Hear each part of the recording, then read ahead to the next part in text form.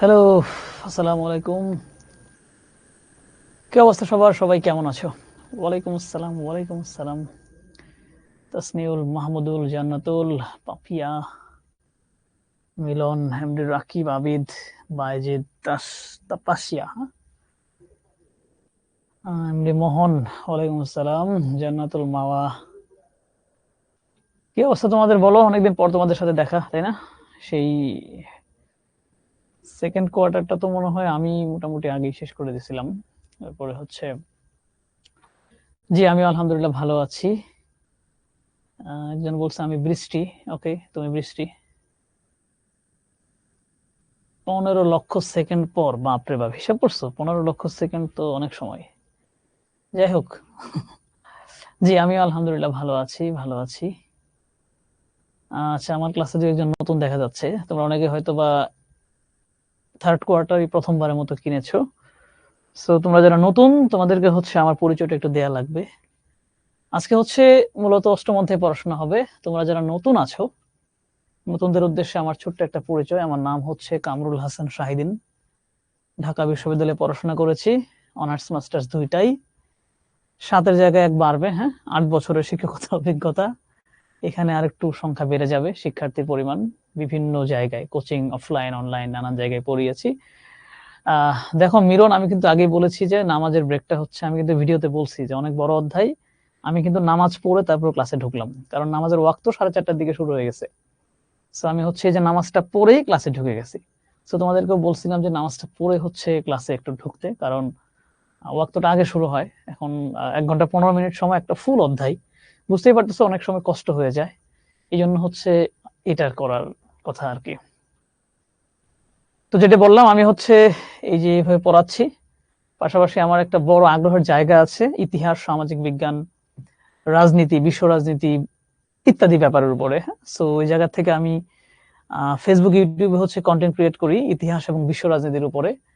যেই ব্যাপারগুলো তোমাদের হচ্ছে অনেক ক্ষেত্রে, অনেক কনসেপ্ট বোঝার ক্ষেত্রে হয়তো বা সহযোগিতা করতে পারে। তোমরা অনেকেই হয়তো আমার ভিডিওগুলো মাঝে মাঝে তোমরা দেখো, তাই না? তো আমার ভিডিওগুলো একটু বড় মানুষের জন্য, তারপরেও তোমাদের অনেক কনসেপ্টের সাথে রিলেটেড থাকে, সেখান থেকে তোমরা হয়তো অনেকে দেখো। তো এই হচ্ছে আমার ছোট্ট পরিচয়। আর শিখতে পড়াচ্ছি দীর্ঘদিন যাবত, বিশেষ করে প্রায় 1 বছরের বেশি তো হয়ে গেল। আর তোমাদের যারা আগে থেকে ছিলা, প্রথম কোয়ার্টার থেকে, তোমাদের সাথে তো দেখা হয়েছেই গত 6-7 মাস যাবত, মানে জানুয়ারি থেকে প্রায়। আর এখন যারা নতুন করে এসেছো, তোমাদের সাথে এই তো দেখা হচ্ছে।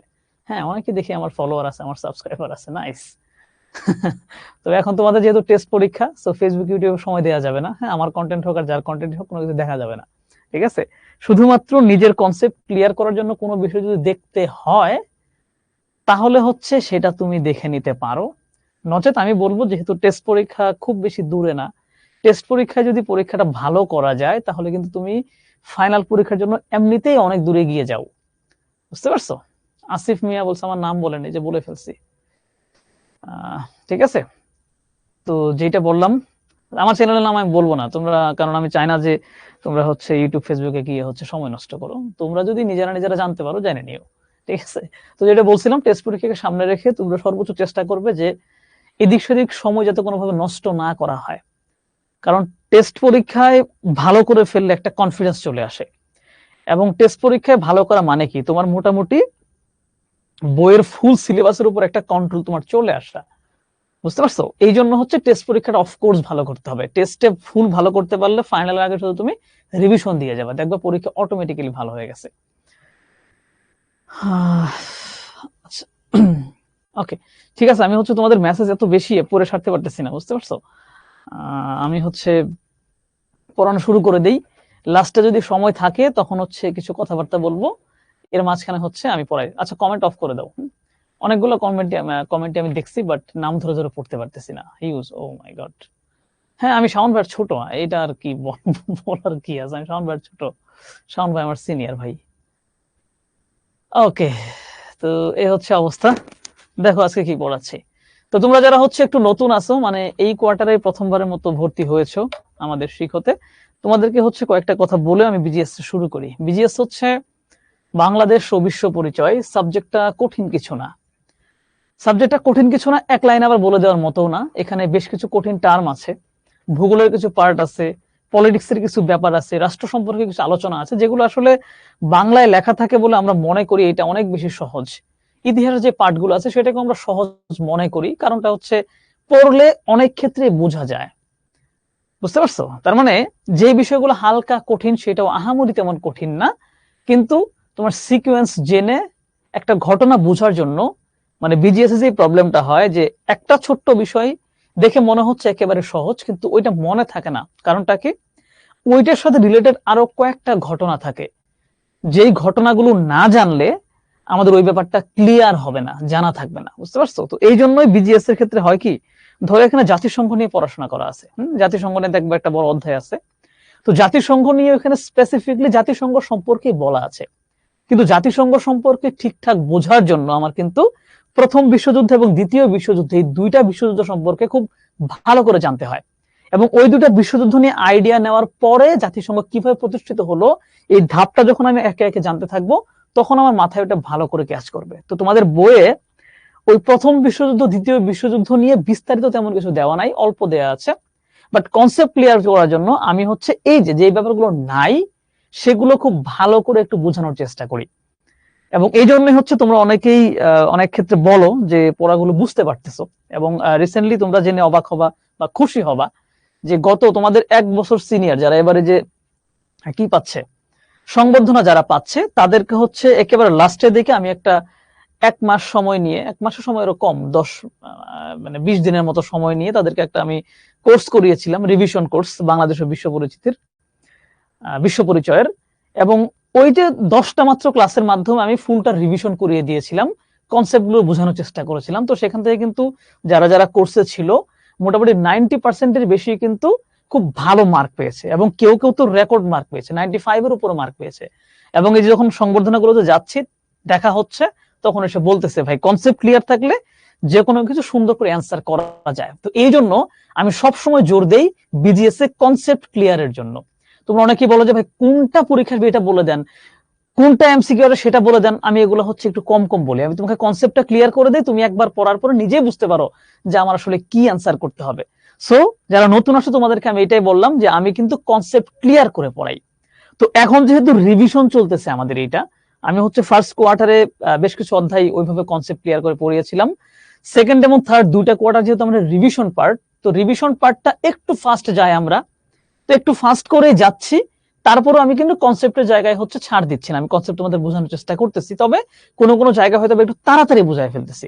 তো তুমি যদি তাড়াতাড়ি ব্যাপারটা একটু ধরতে একটু সমস্যা হয়, তুমি রেকর্ডেড ক্লাস থেকে ওই অংশটুকু আরেকবার দেখে নিবে, তাহলে হচ্ছে ইজিলি ব্যাপারটা কিন্তু তুমি ধরতে পারবা। আর দ্বিতীয়ত বিজিএস ভালো করার আরেকটা সহজ উপায় হচ্ছে, আমি এখানে যেভাবে তোমাকে পড়ায় দিচ্ছি, আমি হয়তো এখানে বই হাতে নিয়ে বসি নাই, লাইন ধরে ধরে পড়াচ্ছি না, বাট পুরো কনসেপ্টটা তোমায় ক্লিয়ার করে দিচ্ছি। তোমার কাজ হচ্ছে ক্লাসটা শেষ করে আজকে হোক বা কালকে হোক 2-1 দিনের ভিতরে এই অধ্যায়টা নিজে নিজে পুরোটাই পড়ে নেওয়া, তাহলে হচ্ছে তুমি ভালো মার্ক পাইতে পারবা। ঠিক আছে? এবং তোমরা কিভাবে 7টা সৃজনশীল লিখতে পারবে সেটা আমি একটা ভিডিও প্ল্যান করেছি অলরেডি, সেটা 2-1 দিনের ভিতরে ভিডিওটা রেকর্ড করে তোমাদের উদ্দেশ্যে দিয়ে দিব, সেটা তোমরা দেখে আইডিয়া করতে পারবা। তো এইটাই যে বিজিএস পড়ার জন্য ক্লাসে মনোযোগী হতে হবে, কারণ তোমরা অনেকেই বিজিএস এ খারাপ করো জাস্ট নিজে না পড়ার কারণে। সায়েন্সের অন্যান্য সাবজেক্টে এত বেশি গুরুত্ব দিয়ে ফেলো, এত বেশি ওগুলো নিয়ে মাথা ঘামাও, সহজ সাবজেক্ট বিজিএসটা সাইডে পড়ে থাকে। অনেকে ভাবো আর এইটা তো হচ্ছে এমনিতে পেরে যাব। সো এই ওভার কনফিডেন্সে লাস্টের দিকে রিভিশন দেওয়া হয় না, পরীক্ষা আসে সবগুলো এ প্লাস, বিজিএস এ মিস, বিজিএস এর জন্য গোল্ডেন মিস, বিজিএস এর জন্য দেখা গেছে এ প্লাসও মিস হয়ে যায়। সো আমি তোমাদেরকে বলবো নিজে পড়তে হবে, সহজ ভাবা যাবে না, এবং এটা নিয়মিতই পড়তে হবে, প্লাস ক্লাসে কনসেপ্টটা বোঝার পরে নিজে ট্রাই করতে হবে, তাহলে এখানে ভালো করা সম্ভব। ওকে, আজকে যে অনেক বড় অধ্যায়, আমি লাস্টের দিকে তোমাদের টেস্ট পরীক্ষার আগে করণীয় কি, কিভাবে তুমি নিজেকে গুছায় নিতে পারো সেই ব্যাপারে কথাবার্তা বলবো। তার আগে আমি হচ্ছে অধ্যায়টাকে পড়ায় নেই। তো লাস্টের দিক পর্যন্ত সবাই থেকো, কারণ টেস্ট পরীক্ষার সামনে অনেকে নক দিচ্ছিল, সেই ব্যাপারে বিস্তারিত কথাবার্তা বলবো। ঠিক আছে? তো আজকের অধ্যায়টা মূলত গণতন্ত্র এবং নির্বাচন নিয়ে আলোচনা হবে। হ্যাঁ, গণতন্ত্র এবং নির্বাচন ব্যাপারটা বুঝতে পারতেছো তো? ওকে, গণতন্ত্র এবং নির্বাচন নিয়ে কথাবার্তা হবে। যে এই নির্বাচন এবং গণতন্ত্র নিয়ে আমরা মাঝে মাঝে কিন্তু নানান দিকে আলোচনা শুনতে পাই। কিছুদিন পরে পৃথিবীর অন্যতম আলোচিত একটা দেশ মার্কিন যুক্তরাষ্ট্রে কিন্তু নির্বাচন হবে। বুঝতে পারছো? যুক্তরাষ্ট্রে কি হবে? নির্বাচন হবে। কিছুদিন আগে কোন দেশে নির্বাচন হয়েছে? আমাদের পার্শ্ববর্তী দেশ ভারতে নির্বাচন হয়েছে, তাই না? আবার তারও কিছুদিন আগে কিন্তু বাংলাদেশেও নির্বাচন হয়েছে। তো এই নির্বাচন সম্পর্কিত আলোচনা তো জানবই, এবং এই যে যুক্তরাষ্ট্র লিখছি এবং ভারত লিখছি, এই দুইটা দেশ গণতন্ত্রের জন্য পৃথিবীতে দুই ধরনের উদাহরণ সেট করে। যুক্তরাষ্ট্রেও গণতন্ত্র আছে, ভারতেও গণতন্ত্র আছে, কিন্তু যুক্তরাষ্ট্রের গণতান্ত্রিক পদ্ধতিতে যে নির্বাচনটা অনুষ্ঠিত হয় সেটা একরকম ভাবে হয়, আবার ভারতের যে নির্বাচন সেটা আরেক রকম ভাবে হয়। ভারতে সবচেয়ে ক্ষমতাবান মানুষটা হচ্ছে প্রধানমন্ত্রী, প্রাইম মিনিস্টার। আর ইউএসএ তে কে? ইউএসএ তো হচ্ছে শুধু পি, মানে প্রেসিডেন্ট জো বাইডেন যিনি। হ্যাঁ, তো এইখানকার নির্বাচনে জনগণ ভোট দেয় একরকম ভাবে, এইখানে ভোট দেয় আরেক রকম ভাবে। তো এই ব্যাপারগুলো নিয়ে হচ্ছে আলোচনা হবে, কিন্তু দুইটা জায়গাতে একটা কমন বিষয় আছে, সেটা কি? জনগণ ভোট দিয়ে কাউকে নির্বাচন করতেছে, সে দেশ চালাচ্ছে। এই যে জনগণ ভোট দিচ্ছে, তার মানে কি দেশ কে চালাবে সেটা কারা ডিসাইড করে? জনগণ ডিসাইড করে। তো দেশে কি হবে না হবে সেটা কারা ডিসাইড করতেছে? পরোক্ষভাবে জনগণই ডিসাইড করতেছে। কারণ জনগণ আমাকে ভোট দিয়ে নির্বাচন করলো, আমি দেশ চালাতে শুরু করলাম। যদি জনগণের মন মতো দেশটা না চলে, পরবর্তী ইলেকশনে জনগণ কি করবে? আমাকে ভোট দেবে না, আমাকে পরিবর্তন করে ফেলবে। তার মানে পরোক্ষভাবে দেশ কারা চালাচ্ছে? জনগণই কিন্তু চালাচ্ছে। এই যে কোনো কিছু পরিচালনার ক্ষেত্রে সকলের যে অংশগ্রহণ, এটাই মূলত গণতন্ত্র। বুঝতে পারছো? তো ছোট্ট করে একটু এটার আইডিয়া নিয়ে রাখো। সেই গণতন্ত্র নিয়ে কথাবার্তা বলবো। বাংলাদেশে গণতন্ত্রের অবস্থাটা কেমন সেটা নিয়ে কথাবার্তা বলবো। কথাবার্তা হবে গণতন্ত্র এবং রাজনৈতিক দল নিয়ে, খুবই গুরুত্বপূর্ণ। যে রাজনৈতিক দল কতটা গুরুত্বপূর্ণ একটা দেশের জন্য, গণতন্ত্রের জন্য, নির্বাচনের জন্য, সেটা আলোচনা হবে। এবং নির্বাচন আয়োজন করে কারা? নির্বাচন কমিশন, সেটা নিয়ে কথাবার্তা হবে। নির্বাচনে আচরণ আছে, যদি ভবিষ্যতে কেউ নির্বাচন করতে চাও, সো এই আচরণগুলো তোমাদের জানা লাগবে, সেই আচরণ নিয়ে আলোচনা হবে। এবং বাংলাদেশে বেশ কিছু নির্বাচন, সেগুলো নিয়ে কিন্তু কথাবার্তা আমরা বলবো। প্রথমে আমরা গণতন্ত্রের ধারণার দিকে যাই, যে গণতন্ত্র জিনিসটা আসলে কি। খুব ভারী ভারী শব্দ কিন্তু, বুঝতে পারছো?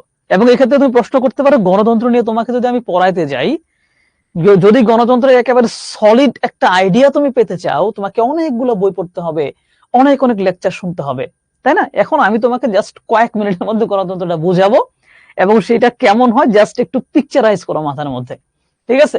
এখানে একটা সংজ্ঞা দেয়া আছে। সংজ্ঞাটা কি? যে শাসন ব্যবস্থায় শাসন ক্ষমতা মুষ্টিমেয় লোকের হাতে পঞ্জীভূত না থেকে, মুষ্টিমেয় মানে কি? অল্প কিছুজন, হ্যাঁ, অল্প কিছুজন মানুষের কাছে পঞ্জীভূত মানে কি? পঞ্জীভূত মানে কিছু মানুষের কাছেই সীমাবদ্ধ না থেকে রাষ্ট্রের সব জনসাধারণের উপর ন্যস্ত থাকে, এবং জনগণই তাদের সরকার গঠন করে, তাকে গণতন্ত্র বলে। এই জায়গায় একটু খুব ভালো করে বোঝার চেষ্টা করো। এইখানে যে গণতন্ত্রের কথা বলা হয়েছে, কি বলছে? শাসন ব্যবস্থা। তার মানে এই গণতন্ত্রটা হচ্ছে মূলত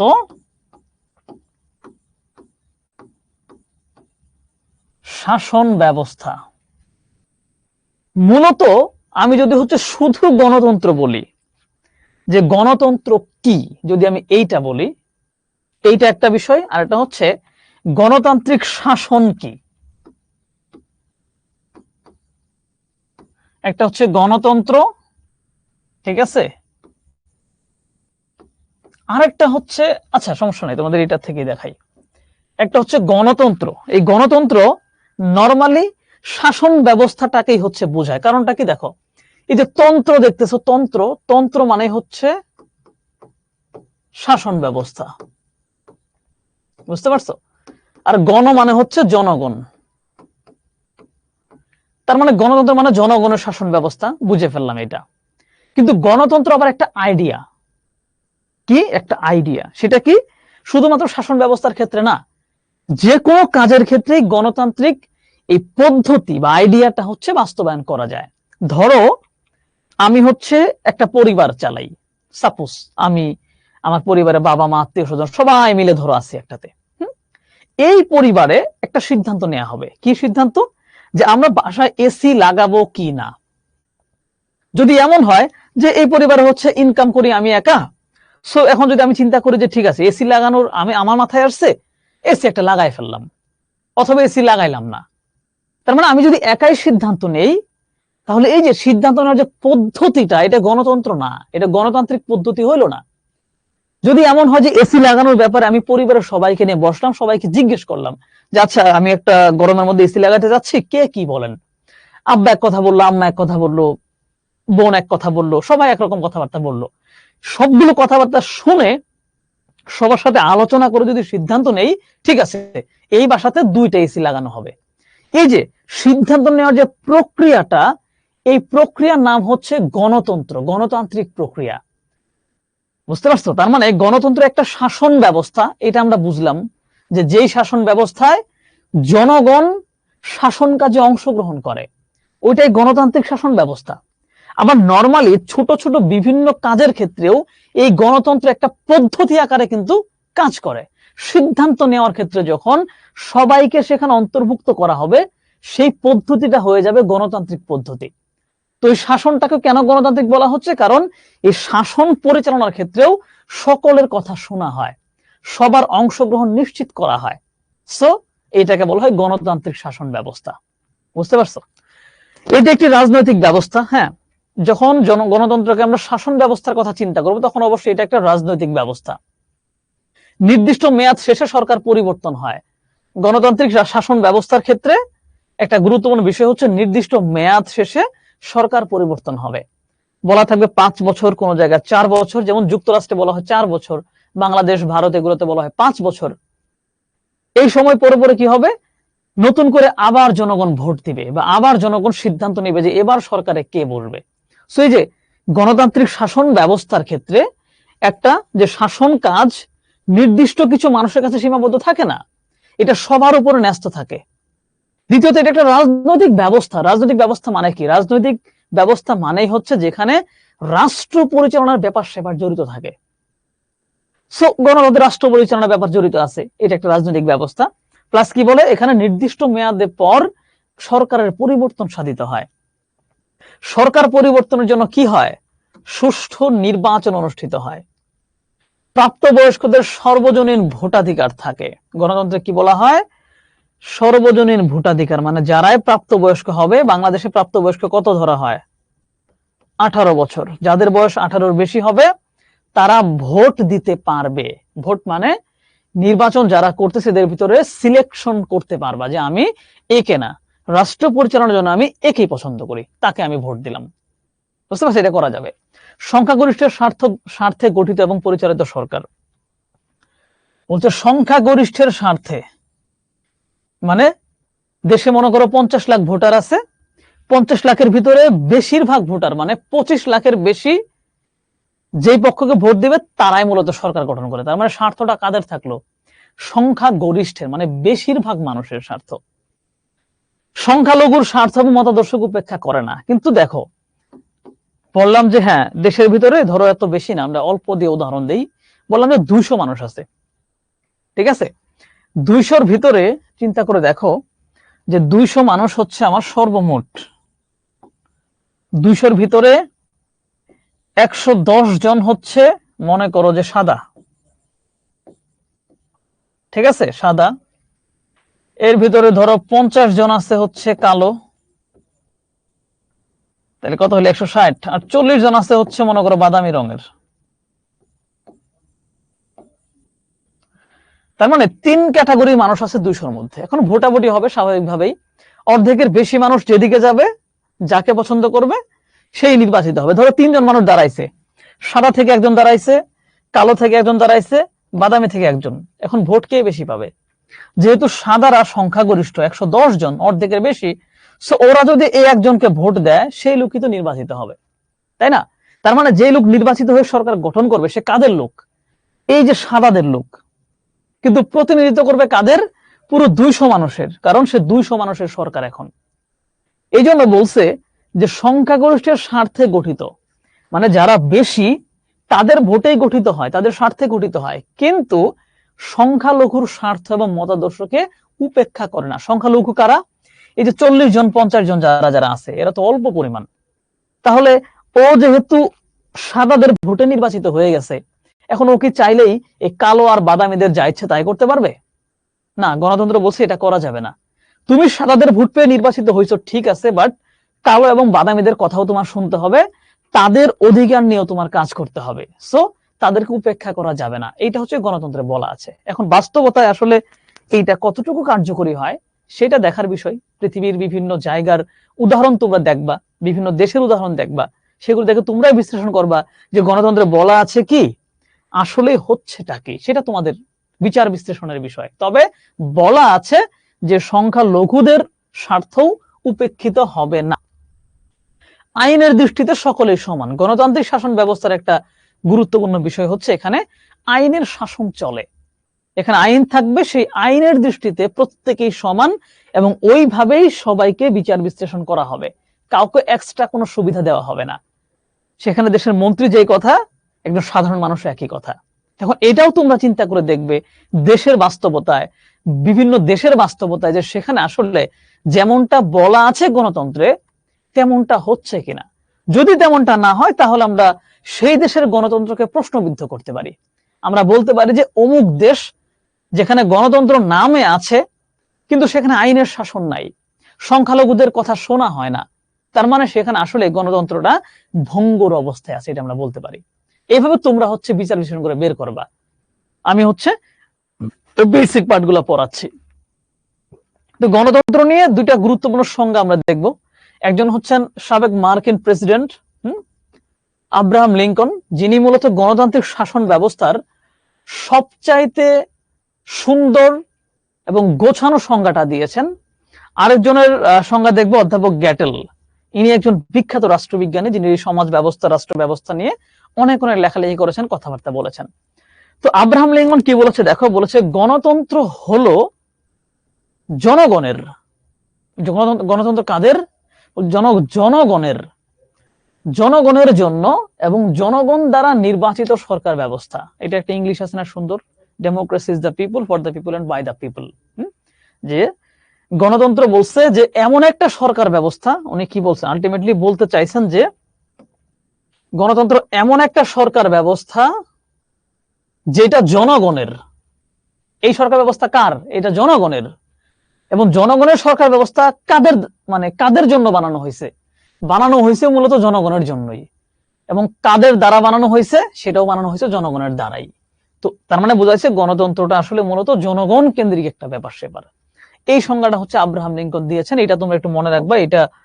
এটা কিন্তু পরীক্ষায় ঘন ঘনই আসে, কিছুদিন পর পরই আসে।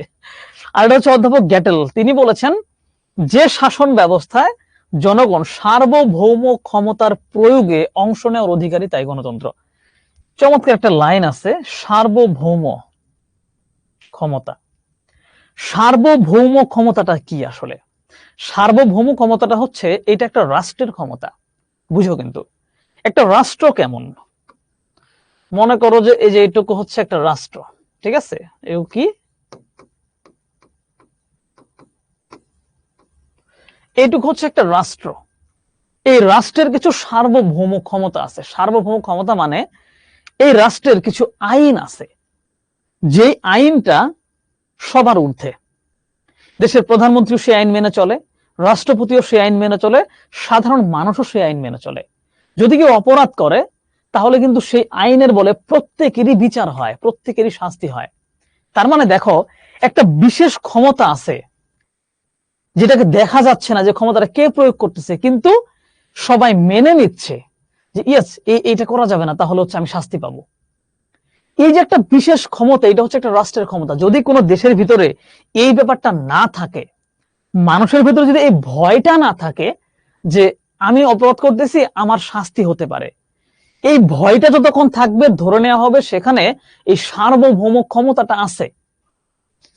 এটা একটা সম্মিলিত একটা ব্যাপার, বুঝতে পারছো?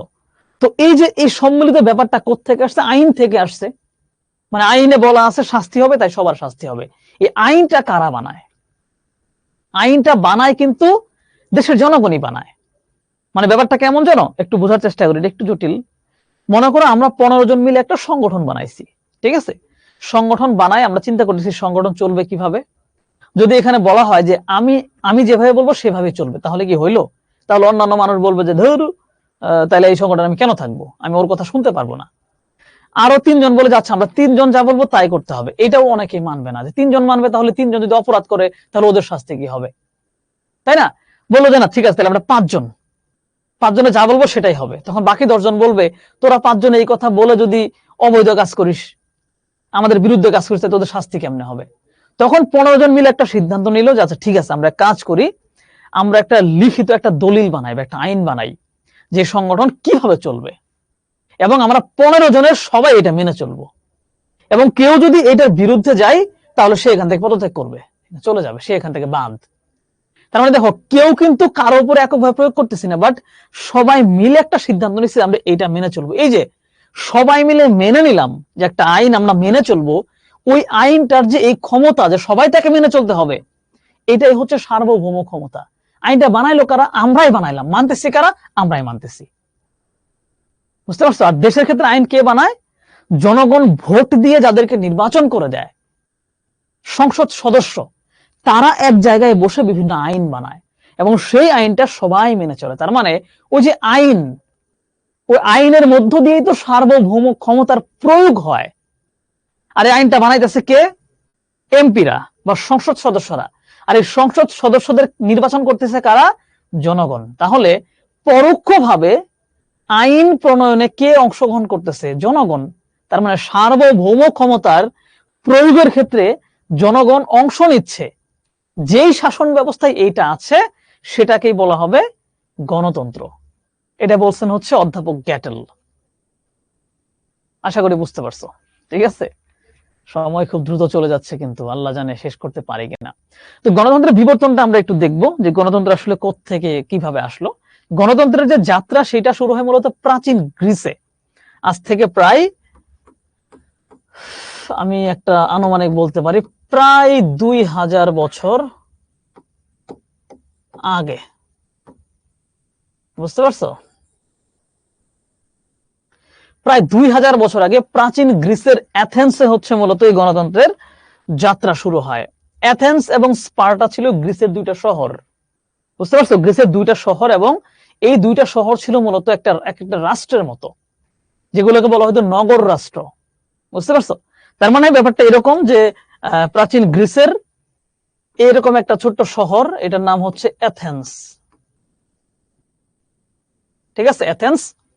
এই জায়গায় হচ্ছে যারা যারা বসবাস করতো, যে সমস্ত মানুষ, এখানে একজন রাজা থাকতেন, শাসক থাকতেন, এবং ওই জায়গাতে রাজা বা শাসক চিন্তা করেছিলেন যেহেতু এই জায়গাতে আমরা মোটামুটি ধরো 500 জন বসবাস করি, 500 জনই যেহেতু এই জায়গাতে থাকি, তাহলে এই জায়গার কোনো সিদ্ধান্ত 500 জন বসেই নেওয়া উচিত।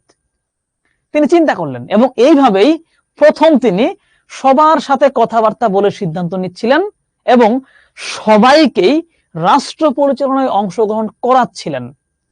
তার মানে দেখো, এখনকার যেটাকে আমরা গণতন্ত্র বলতেছি, সেই 2000 বছর আগে প্রাচীন গ্রিসের অ্যাথেন্সে সেটা হয়ে গেছিল। আর ধরা হয় ওইটাই হচ্ছে গণতন্ত্রের যাত্রা শুরুর ইতিহাস। বুঝতে পারছো? কিন্তু সেখানে কি গণতন্ত্র ছিল?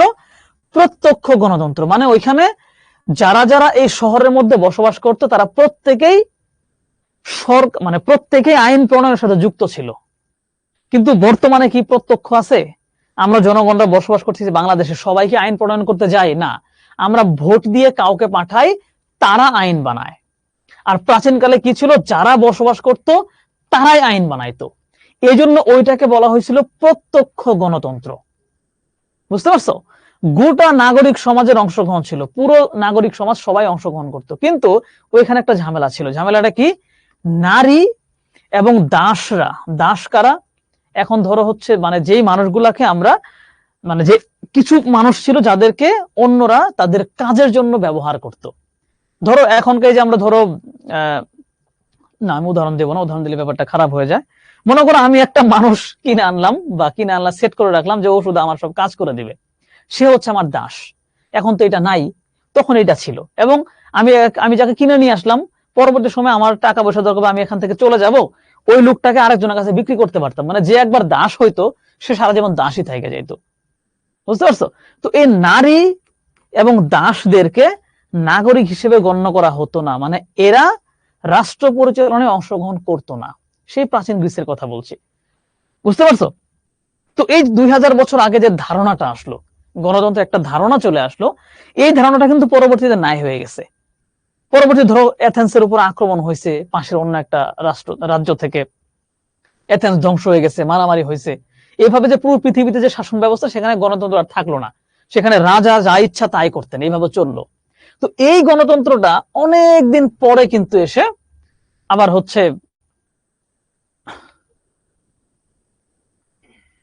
যাত্রা শুরু করে। তো সেটা যাওয়ার আগে মানে এর পরবর্তী কি হইলো, যখন গণতন্ত্র হারায় গেল, হারায় যাওয়ার পৃথিবীতে কেমন সময় আসলো, যে ধর্ম এবং রাজার দ্বৈত শাসন শুরু হইলো। মানে তখন কি হলো জানো, জনগণের কথা শুনলো না, না শুনে রাজা কি করলো, দেখতো যে মানুষজন ধর্ম পালন করতেছে, তো ধর্মীয় নেতাকে ডাইকে আনতো, যে এদিকে আসো, কি জনগণ যেহেতু তোমার কথা শুনে, ধর্মের কথা শুনে, তাই আমি তোমাকে কিছু ক্ষমতা দিয়ে দেই, তুমি জনগণকে ধর্মের কথা বলে বলে কন্ট্রোলে রাখবা, আর আমি হচ্ছে আমার মতো দেশ চালাবো। সো এই দুইজনে মিলেই অনেকদিন শাসন করে যাব। এই যে ধর্ম এবং রাজা, এই দুইজনে মিলে শাসন শুরু করলো। গণতন্ত্র যে শুরু হয়েছিল এথেন্সে, ওটা ধ্বংস হয়ে যাওয়ার পরবর্তীতে কিন্তু এরকম একটা সমাজ শুরু হয়ে গেল। সেখানে কি হলো, স্বৈরতান্ত্রিক শাসন চলে আসলো, যে একজন রাজা তিনি যা বলবেন তাই হবে, কারো কথা শোনা হবে না, এইটাও চলে আসলো। সামন্ততান্ত্রিক শাসন চলে আসলো, মানে কি, জমিদার প্রথা চলে আসলো, যার যত জমি থাকবে ওই অঞ্চলের ভিতরে যারা যারা বসবাস করবে সবাই তার কথা শুনবে। তো এই যে গণতন্ত্রের যাত্রা শুরু হয়েছিল প্রায় 2000 বছর আগে, প্রায় 2000 বছর আগে, এই জিনিসটা একটা সময় কি নাই হয়ে গেল, হওয়ার পর এরকম একটা সমাজ ব্যবস্থা চলে আসলো। তার মানে বুঝতে পারতেছো, মধ্যযুগ বা প্রাচীন যুগের একটা অংশ, সেই সময়টাতে এইরকম শাসন ব্যবস্থা ছিল যেখানে কোনো গণতন্ত্র ছিল না। এর পরবর্তী সময়ে পৃথিবীতে গণতন্ত্র আবার ফিরে আসলো। কিভাবে ফিরে আসলো, অষ্টাদশ শতকে গণতান্ত্রিক ভাবধারার উৎসমূল ছিল ইংল্যান্ডে। অষ্টাদশ শতকে, অষ্টাদশ মানে কি, 1700 থেকে 1799, এই সময়টার মধ্যে ইংল্যান্ডে আবার এরকম গণতান্ত্রিক পদ্ধতি চলে আসে। কারণটা কি, দিন দিন মানুষ সচেতন হচ্ছে, তারা তাদের অধিকার চাচ্ছে রাজার কাছে, রাজা বাধ্য হয়ে কিছু কিছু অধিকার দিচ্ছে, বলছে, জনগণ বলতেছে না এখানে আমরা থাকি, আমরাই দেশ চালাবো। এইভাবে ধীরে ধীরে ধীরে ধীরে ইংল্যান্ডে আবারও 1700 শতকে গণতন্ত্রের ধীরে ধীরে মানে পুনর্জন্ম ঘটে। এবং ইংল্যান্ডের সপ্তদশ শতকে ঘটলেও মূলত পুরো ইউরোপ ব্যাপী এটা ছড়িয়ে পড়ে সপ্তদশ এবং অষ্টদশ শতকে। বুঝতে পারছো, মানে মোটামুটি বলা যায় 1600 থেকে 1800, এই সময়ের মধ্যে মোটামুটি ইউরোপের বিভিন্ন দেশে, এই যে বিভিন্ন দেশে গণতন্ত্র আবার পুনর্জন্ম ঘটে। সেই 2000 বছর আগে গ্রিসে ছিল, সেটা 1800 সালের আগে আগে আবার নতুন করে যাত্রা শুরু হয়। এবং এইটা পুরো পৃথিবীতে ছড়ায় পড়ে হচ্ছে 19 ও 20 শতকে। 19 ও 20 শতকে মানে কি, 1800 থেকে শুরু করে একেবারে বলা যায় 2000, এই 200 বছরে পুরো পৃথিবীর বিভিন্ন জায়গায় এটা ছড়িয়ে পড়ে, পৃথিবীর বিভিন্ন দেশে গণতান্ত্রিক ব্যবস্থার প্রচলন হয়। এবং আধুনিক যে সভ্যতা, এটা কিন্তু গণতান্ত্রিক সভ্যতা। বর্তমান পৃথিবীতে যারা যারা যে অবস্থাতে যেখানে দেশ চলতেছে না কেন, ভালো ভালো শাসন ব্যবস্থা যেখানে যেখানে আছে, সেখানে মূলত গণতান্ত্রিক পদ্ধতি মেনেই সবকিছু চলতেছে। তো এই হচ্ছে গণতন্ত্রের সূত্রপাত, এবং সেটা বর্তমান অবস্থায় কিভাবে আসলো সেটা। এবং বর্তমানে কিন্তু কি পরোক্ষ গণতন্ত্র চলে, সেটা আমরা এখন দেখব। গণতন্ত্রের প্রকারভেদ কয়টা, মূলত দুইটা, একটা হচ্ছে প্রত্যক্ষ গণতন্ত্র, আর একটা হচ্ছে পরোক্ষ গণতন্ত্র। প্রত্যক্ষ গণতন্ত্র কি, জনগণ শাসন কাজে সরাসরি অংশগ্রহণ করবে। ওই যে বলছিলাম প্রাচীন গ্রিসের এথেন্সে কি হয়েছিল, সেখানে জনগণ যারা যারা ছিল এথেন্সের ভিতরে, হ্যাঁ যারা যারা ছিল, মনে করে এখানে 500 জন জনগণ ছিল, এই 500 জনের সবাই একসাথে দেশ চালাতো। বুঝতে পারছো, এই 500 জন সবাই মিলে বসতো, কারণ ওই সময় পৃথিবীর জনসংখ্যা তো কম ছিল, সবাই মিলে একসাথে বসতো, সিদ্ধান্ত নিত, এবং এই পুরো অঞ্চলটা কিভাবে চলবে সেটা সিদ্ধান্ত গ্রহণ করত, এবং তারা সবাই অংশগ্রহণ করতো। এটা ছিল প্রত্যক্ষ গণতন্ত্র। কিন্তু পরোক্ষতে কি হয়ে গেল, পরোক্ষতে মনে করে এই 500 জায়গায় জনগণ হয়ে গেছে 5 কোটি, তাই না, এই 5 কোটি, এখন 5 কোটি জনগণ সবাইকে মিলে কি মিটিং করা সম্ভব? তখন বলা হলো যে ঠিক আছে, 5 কোটির ভেতর থেকে আমরা 500 জনকে নির্বাচন করব। বাছাই করবো 500 জনকে, যে 500 জন, এই 5 কোটি মানুষ মিলেই ভোট দিয়ে বের করে দিবে, এবং এই 500 জন একসাথে বসে তারা হচ্ছে দেশ চালাবে। এইটা হলো পরোক্ষ গণতন্ত্র। প্রত্যক্ষ এবং পরোক্ষ, এখানে দেখি একটু কি কি লেখা আছে। নাগরিকগণ সরাসরি শাসন কাজে অংশগ্রহণ করত, একটু আগে বললাম। গ্রিসের ক্ষুদ্র নগর রাষ্ট্রগুলোতে এই ব্যবস্থা ছিল। বর্তমানে কোথায় আছে জানো? বর্তমানে আছে সুইজারল্যান্ডের কিছু অঞ্চলে। কিভাবে আছে, কেন আছে? কারণ সুইজারল্যান্ডে তো মানুষের সংখ্যা খুবই কম, এবং সুইজারল্যান্ডের আরো উত্তরের দিকে যেখানে প্রচন্ড শীত, দেখা গেছে বিরাট বড় এরিয়া, মনে করো যে 20-25 বর্গ কিলোমিটার একটা জায়গা, সেখানে মানুষজন বসবাস করে মাত্র 100 জন। এই জন্য ওই জায়গাটুকু কি করা হবে হবে না, ওই 100 জন সবাই মিলেই সিদ্ধান্ত নেয়। তার মানে ওখানে প্রত্যক্ষ গণতন্ত্র আছে, তাই না? তো সুইজারল্যান্ডে কিছু জায়গায় এখনো প্রত্যক্ষ গণতন্ত্র আছে। নাগরিকের ধারণা সীমাবদ্ধ ছিল, এবং প্রত্যক্ষ গণতন্ত্রে প্রাচীন কালের কথা বলছে যে নাগরিকের ধারণা ছিল সীমাবদ্ধ, কারণ ওইখানে কি করা হইতো, সবাইকে নাগরিক ধরা হইতো না। ওইখানে ধরা হইতো যারা দেশ চালাতে অংশগ্রহণ করতেছে তারাই নাগরিক, এবং এদের ভিতরে নারীদেরকে বাদ দিত, আবার দাসদেরকে বাদ দিয়ে দিত। সো নাগরিক ছিল অল্প পরিমাণ, সো তারা সবাই দেশ চালাইতে পারতো। বর্তমানে কি, বর্তমানে সবাই নাগরিক এবং মানুষ সংখ্যা বেশি, তাই এটা করা যায় না। আধুনিক রাষ্ট্রে আয়তন এবং জনসংখ্যা বেশি, তাই এই ব্যবস্থার সুযোগটা একদমই কম, যেটা একটু আগে আমি ব্যাখ্যা করলাম। পরোক্ষ গণতন্ত্রে কি আছে? প্রতিনিধি নির্বাচনের মাধ্যমে শাসন কাজ পরিচালনা। একটু আগে যেটা বললাম যে 5 কোটি থেকে আমি 500 জন আলাদা প্রতিনিধি নির্বাচন করে নেব, তারপর শাসন কাজ পরিচালনা করব। নাগরিকগণ সরাসরি শাসন কার্যে অংশগ্রহণ করবে না, অংশ নেন না। নির্বাচিত প্রতিনিধিরাই শাসন পরিচালনা করেন। আধুনিক যুগে এই ব্যবস্থা প্রচলিত, আধুনিক যুগে এই ব্যবস্থাটাই প্রচলিত। বাংলাদেশ বলো, ভারত বলো, পৃথিবীর সব জায়গাতে এটাই রয়েছে। গণতন্ত্রের কিছু গুণ নিয়ে আমরা একটু দেখার চেষ্টা করি যে গণতন্ত্রের কি কি গুণ আছে। গণতন্ত্রের গুণ অনেক আছে। আইনের অনুশাসন প্রতিষ্ঠিত হয়। আইনের অনুশাসন প্রতিষ্ঠিত হয় মানে কি? গণতন্ত্র বলছি যে এখানে আইনই হচ্ছে সবকিছু, আইন অনুযায়ী সবকিছু চলে। সো আইনের অনুশাসন প্রতিষ্ঠিত হয়। সরকার জনগণের কাছে জবাবদিহি করে। সরকার কি করে? জনগণের কাছে জবাবদিহি করে। কারণটা কি? কারণ তোমার দেশে, হ্যাঁ, এটা হচ্ছে তোমার পুরো দেশ, এখানে জনগণ আছে 16 কোটি, ঠিক আছে? 16 কোটির ভেতর থেকে তুমি ভোট দিয়ে বানাইছো 300 জনকে। এই 300 জন মিলে হচ্ছে একটা সরকার গঠন করছে। সো এই 300 জন কোত্থেকে আসছে? 16 কোটির ভেতর থেকে আসছে। 300 জন কাজ করবে কাদের জন্য? 16 কোটি মানুষের জন্য। তাই এই 300 জন মিলে মিলে যা যা করবে সেইটা জনগণকে বলতে হবে, জনগণকে সে বলতে বাধ্য। এবং যদি জনগণের কথা মতো সেটা না হয়, তাহলে পরবর্তী ইলেকশনে তারা কিন্তু অন্য 300 জনকে ভোট দেবে। সো সরকার জনগণের কাছে জবাবদিহি করে, তারা কি করতেছে, কিভাবে করতেছে, কেন করতেছে, সবকিছু জবাবদিহি করে। তুমি বিভিন্ন সময় দেখো না, এখন বলতে পারো এটা কেমনে করে। এই যে ধরো একটা ছোট্ট উদাহরণ দিই, এটা মূলত করে হচ্ছে পত্রিকাগুলোর মাধ্যমে, বিভিন্ন মিডিয়ার মাধ্যমে। ধরো পদ্মা সেতু যখন উদ্বোধন হইলো, বানানো হইলো, তখন কিন্তু মাননীয় প্রধানমন্ত্রী শেখ হাসিনা একাধিক সংবাদ সম্মেলনে বসেছিলেন। শুধুমাত্র প্রধানমন্ত্রী না, যারা হচ্ছে এখানে দায়িত্বে ছিলেন তারাই কিন্তু মাঝে মাঝে সংবাদ সম্মেলনে বসেন। সাংবাদিকরা জনগণের পক্ষ হয়ে তাদেরকে প্রশ্ন করে যে এখানে এত টাকা কেন লাগলো, এটা কতদিনের মধ্যে বাস্তবায়ন করবেন, এটা করতে গেলে এটা কেন করতেছেন না, কি কি গাড়ি চলবে, গাড়ির টাকা বেশি কেন, এই যে প্রশ্ন করতেছে, সরকার এগুলো উত্তর দিচ্ছে। তার মানে এই যে জবাবদিহি করতেছে, বুঝতে পারছো? এটা হচ্ছে এখানে থাকে। জনমত দ্বারা পরিচালিত হয়। জনমত মানে যদি জনগণ এই 300 জনকে সমর্থন না দেয় তাহলে তারা চেঞ্জ হয়ে যাবে, এটাই জনমত। জনগণ কাদের প্রতি মতামত দিচ্ছে সেটার উপর ডিপেন্ড করবে এই সরকার। রাষ্ট্রীয় নীতি নির্ধারণের ক্ষেত্রে জনগণের সর্বোচ্চ প্রাধান্য, এগুলো বুঝতেছো আশা করি। জনগণের ব্যক্তি স্বাধীনতা এবং বাক স্বাধীনতা স্বীকৃত। জনগণ ব্যক্তির স্বাধীনতা রয়েছে, তিনি যা ইচ্ছা তাই করতে পারবেন যতক্ষণ না অন্যের ক্ষতি হয়। এবং তিনি কথা বলতে পারবেন, সরকারের সমালোচনা করতে পারবেন। জনগণের আস্থার উপর সরকার টিকে থাকে। জনগণ যদি আস্থা সরায় নেয়, সরকার ভেঙে যাবে। ব্যক্তি আত্মবিকাশের সর্বোচ্চ সুযোগ পায়। গণতন্ত্রের মূল উদ্দেশ্য জনগণের কল্যাণ সাধন করা। এই সবগুলো পয়েন্ট তোমার একদম মনে থাকবে যদি শুধু তুমি একটা বিষয় হচ্ছে ভালো করে বিশ্বাস করে এবং মনে রাখতে পারো। সেটা কি? সেটা হচ্ছে এখানে ব্যক্তি স্বাধীনতা আছে। ব্যক্তি স্বাধীনতা মানে কি? মানে হচ্ছে তুমি তোমার যেভাবে মন চাচ্ছে তুমি ওইভাবে চলতে পারবা, ওইটা করতে পারবা। শুধু একটা বিষয় মাথায় রাখতে হবে, যাতে তোমার দ্বারা অন্যের ক্ষতি না হয়। বুঝতে পারছো? তোমার মন চাইলো যে আমি হচ্ছে এইভাবে পড়াশোনা করে এরকম ডাক্তার হবো, তোমার মন চাইলো না আমি খেলাধুলা করে এটা করব, তোমার মন চাইলো না আমি ব্যবসা করব।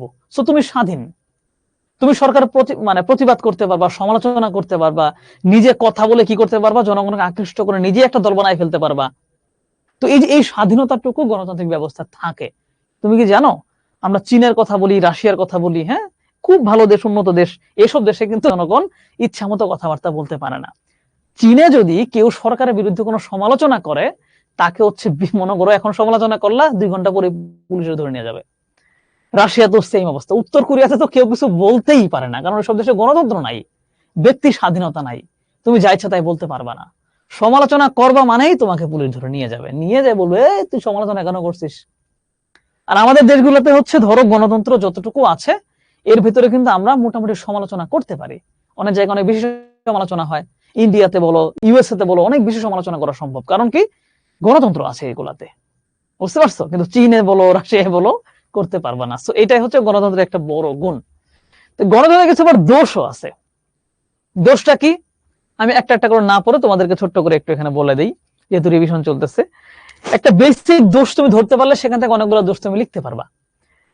একটা বড় দোষ হচ্ছে এই যে দেখো বললাম যে সংখ্যা গরিষ্ঠের সরকার, মানুষ আছে 100 জন, 100 জনের ভিতরে 51 জন একদিকে ভোট দিছে, 49 জন আরেক দিকে ভোট দিছে, পার হবে কে? এরাই নির্বাচিত হয়ে সরকার গঠন করবে। যদি এমন হয় যে ধরো 51 জন যাকে ভোট দিল সে সরকার গঠন করার পরে বাকি 49 জন তাদের কথা শুনতেছে না, বা 49 জনের কথা সরকার শুনতেছে না, এটা কিন্তু হইতে পারে। সো এইটা কখন ঘটে? দেশের ভিতরে এরকম বিভাজন তৈরি হয়ে যায় যে আমরা ওকে ভোট দেব, ওকে ভোট দেব, এই যে দলাদলি যে বিভাজনটা হয়ে যায়, এই বিভাজনটা পরবর্তী সময়ে বড় ধরনের ক্ল্যাশ নিয়ে আসে। বুঝতে পারছো? যে সাদারা বলে আমরা শুধু সাদা মানুষ যারা তাকেই ভোট দেব, কালোরা বলে আমরা শুধু ব্ল্যাককে ভোট দেব। তো সাদা আর কালোর ভিতরে দ্বন্দ্ব বেঁধে যায়। এই দ্বন্দ্বের কারণে অনেক সময় প্রতিহিংসা শুরু হয়, যে কারণে ওই সাদা গোষ্ঠী থেকে যে নির্বাচিত হয় সেই কালোদের জন্য আর পরবর্তী চিন্তা ভাবনা করে না। বুঝতে পারছো? সে কালোদের জন্য ভাবেই না, বলতেছে যে সংখ্যালঘুদের কথা চিন্তা করা হবে, কিন্তু প্রতিহিংসা পরায়ণ হয় সেটা করতেছে না। এই ঘটনা কিন্তু এখানে ঘটে। এবং প্লেটো এবং অ্যারিস্টটল গণতন্ত্রকে বলেছিল মূর্খ বা অযোগ্যদের শাসন ব্যবস্থা। কি বলেছিল? মূর্খ বা অযোগ্যদের শাসন ব্যবস্থা। কেন বলছিল এটা প্লেটো এবং অ্যারিস্টটল? এটা 2000 বছর আগেই বলছিল। কারণটা হচ্ছে এখানে যেহেতু তুমি জনগণের ভোট নিচ্ছ, এখন মনে করো এই যে তোমার দেশে 100 জন মানুষ আছে, যদি 100 জনের মানুষের মধ্যে মনে করো 80 জন মানুষ তারা অশিক্ষিত, তারা সচেতন না, তারা বোঝে না যে কি করা দরকার, দেশের জন্য কোনটা ভালো কোনটা খারাপ। সো তাদেরকে কিন্তু মনে করো যে আমি নির্বাচনে দাঁড়াইলাম যে আমি পার হব, এখন ওই যে 80 জন মানুষ কিছু বোঝে না, ওদেরকে আমি টাকা দিলাম, টাকা পয়সা দিয়ে আমি ভোট কিনে নিলাম, আমাকে ভোট দিল, এরপর কি হবে? আমাকে তো তারা ভোট দিচ্ছে, আমি পার হয়ে গেছি, সো আমি আর কারো কথা না শুনে নিজের মতো করে দেশ চালাবো, নিজের মতো আমি দুর্নীতি করব। কারণ ওই মানুষ তো বোঝেই না, তাদেরকে টাকা দিচ্ছে, আমাকে ভোট দিয়ে দিছে। সো যেহেতু আম জনতা বা সাধারণ জনগণ সবাই গণতন্ত্রকে ঠিকঠাক বোঝে না, তারা এটাকে হয়তো বুঝতে ভুল করে। সো তারা যদি একটা ভুল মানুষকে ভোট দেয়, ওই ভুল মানুষটা কিন্তু সরকার গঠন করে ফেলবে। তাই এটাকে বলা হচ্ছে মূর্খের সরকার বা অযোগ্যদের সরকার। ধরো দেশের ভিতরে কি নাই? যোগ্য মানুষজন নাই, নির্বাচনে যারা দাঁড়াইছে তারা সবাই অযোগ্য, কেউ না কেউ কিন্তু সেখানে পার হবেই বা নির্বাচিত হবেই। সো তার মাধ্যমে দেশ তখন কি একটা বাজে অবস্থার দিকে যাবে। তাই উপযুক্ত লোকের অভাবেও কিন্তু গণতন্ত্র মানে কি হয়, মানে তার আসল উদ্দেশ্য পূরণ করতে পারে না। তো এই ব্যাপারগুলোই মূলত। এবং গণতন্ত্রের মাধ্যমে কি প্রতি বছর বা কয়েক বছর পর পর হচ্ছে নির্বাচন আয়োজন করতে হয়, যেটা দরিদ্র দেশগুলোর জন্য অনেক অর্থ ব্যয় করতে হয়। হ্যাঁ, নির্বাচনের জন্য প্রচুর হাজার কোটি টাকার বেশি অর্থ খরচ হয়। এবং রাজনৈতিক দলগুলো জনগণকে উস্কে দিয়ে মানুষজনকে নিজেদের পক্ষে রাখার জন্য দুই পক্ষের ভিতরে ঝামেলাও বাধায় দেয়। মনে করো এই যে বললাম যে 100 জন মানুষের ভিতরে তোমার দেশে 60 জন মানুষ হচ্ছে এক ধর্মের, 40 জন হচ্ছে আরেক ধর্মের। এখন এই 60 জনের ভোট পাওয়ার জন্য একজন মানুষ মনে করো যে বললো যে এই 60 জনের যে ধর্ম বললো এইটাই মহান, এইটাই বিরাট কিছু, অন্য 40 জন যে আছে ওরা খুবই খারাপ বাজে, এসব বলে বলে মানুষকে উস্কায় দিল। তাই ওই 40 জন অনেক কষ্ট পাবে, কষ্ট পেয়ে আক্রমণ করবে, ওরাও আক্রমণ করবে, বিরাট গন্ডগোল বেঁধে যাবে, আর ওইদিকে হচ্ছে যে নির্বাচিত হয়ে সরকার চালাবে। তো এই ঝামেলাগুলো গণতান্ত্রিক ব্যবস্থায় কিন্তু বাধে, এগুলো হচ্ছে এটার কি কিছু খারাপ দিক। তো বাংলাদেশের গণতন্ত্রের ইতিহাস, আচ্ছা 45 বেজে গেছে, আল্লাহ জানে কতটুকু পড়াইতে পারে। এরপরে ক্লাস আছে কটার সময়?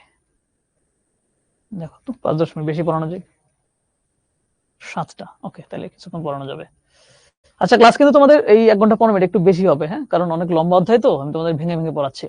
বাংলাদেশের গণতন্ত্রের ব্যাপারটা হচ্ছে আমরা একটু বোঝার চেষ্টা করি, যে আমাদের কিছু গুরুত্বপূর্ণ সাল আছে আমাদের গণতন্ত্র বোঝার জন্য। প্রথমত হচ্ছে 1947 সাল। 47 সালে কি হয়?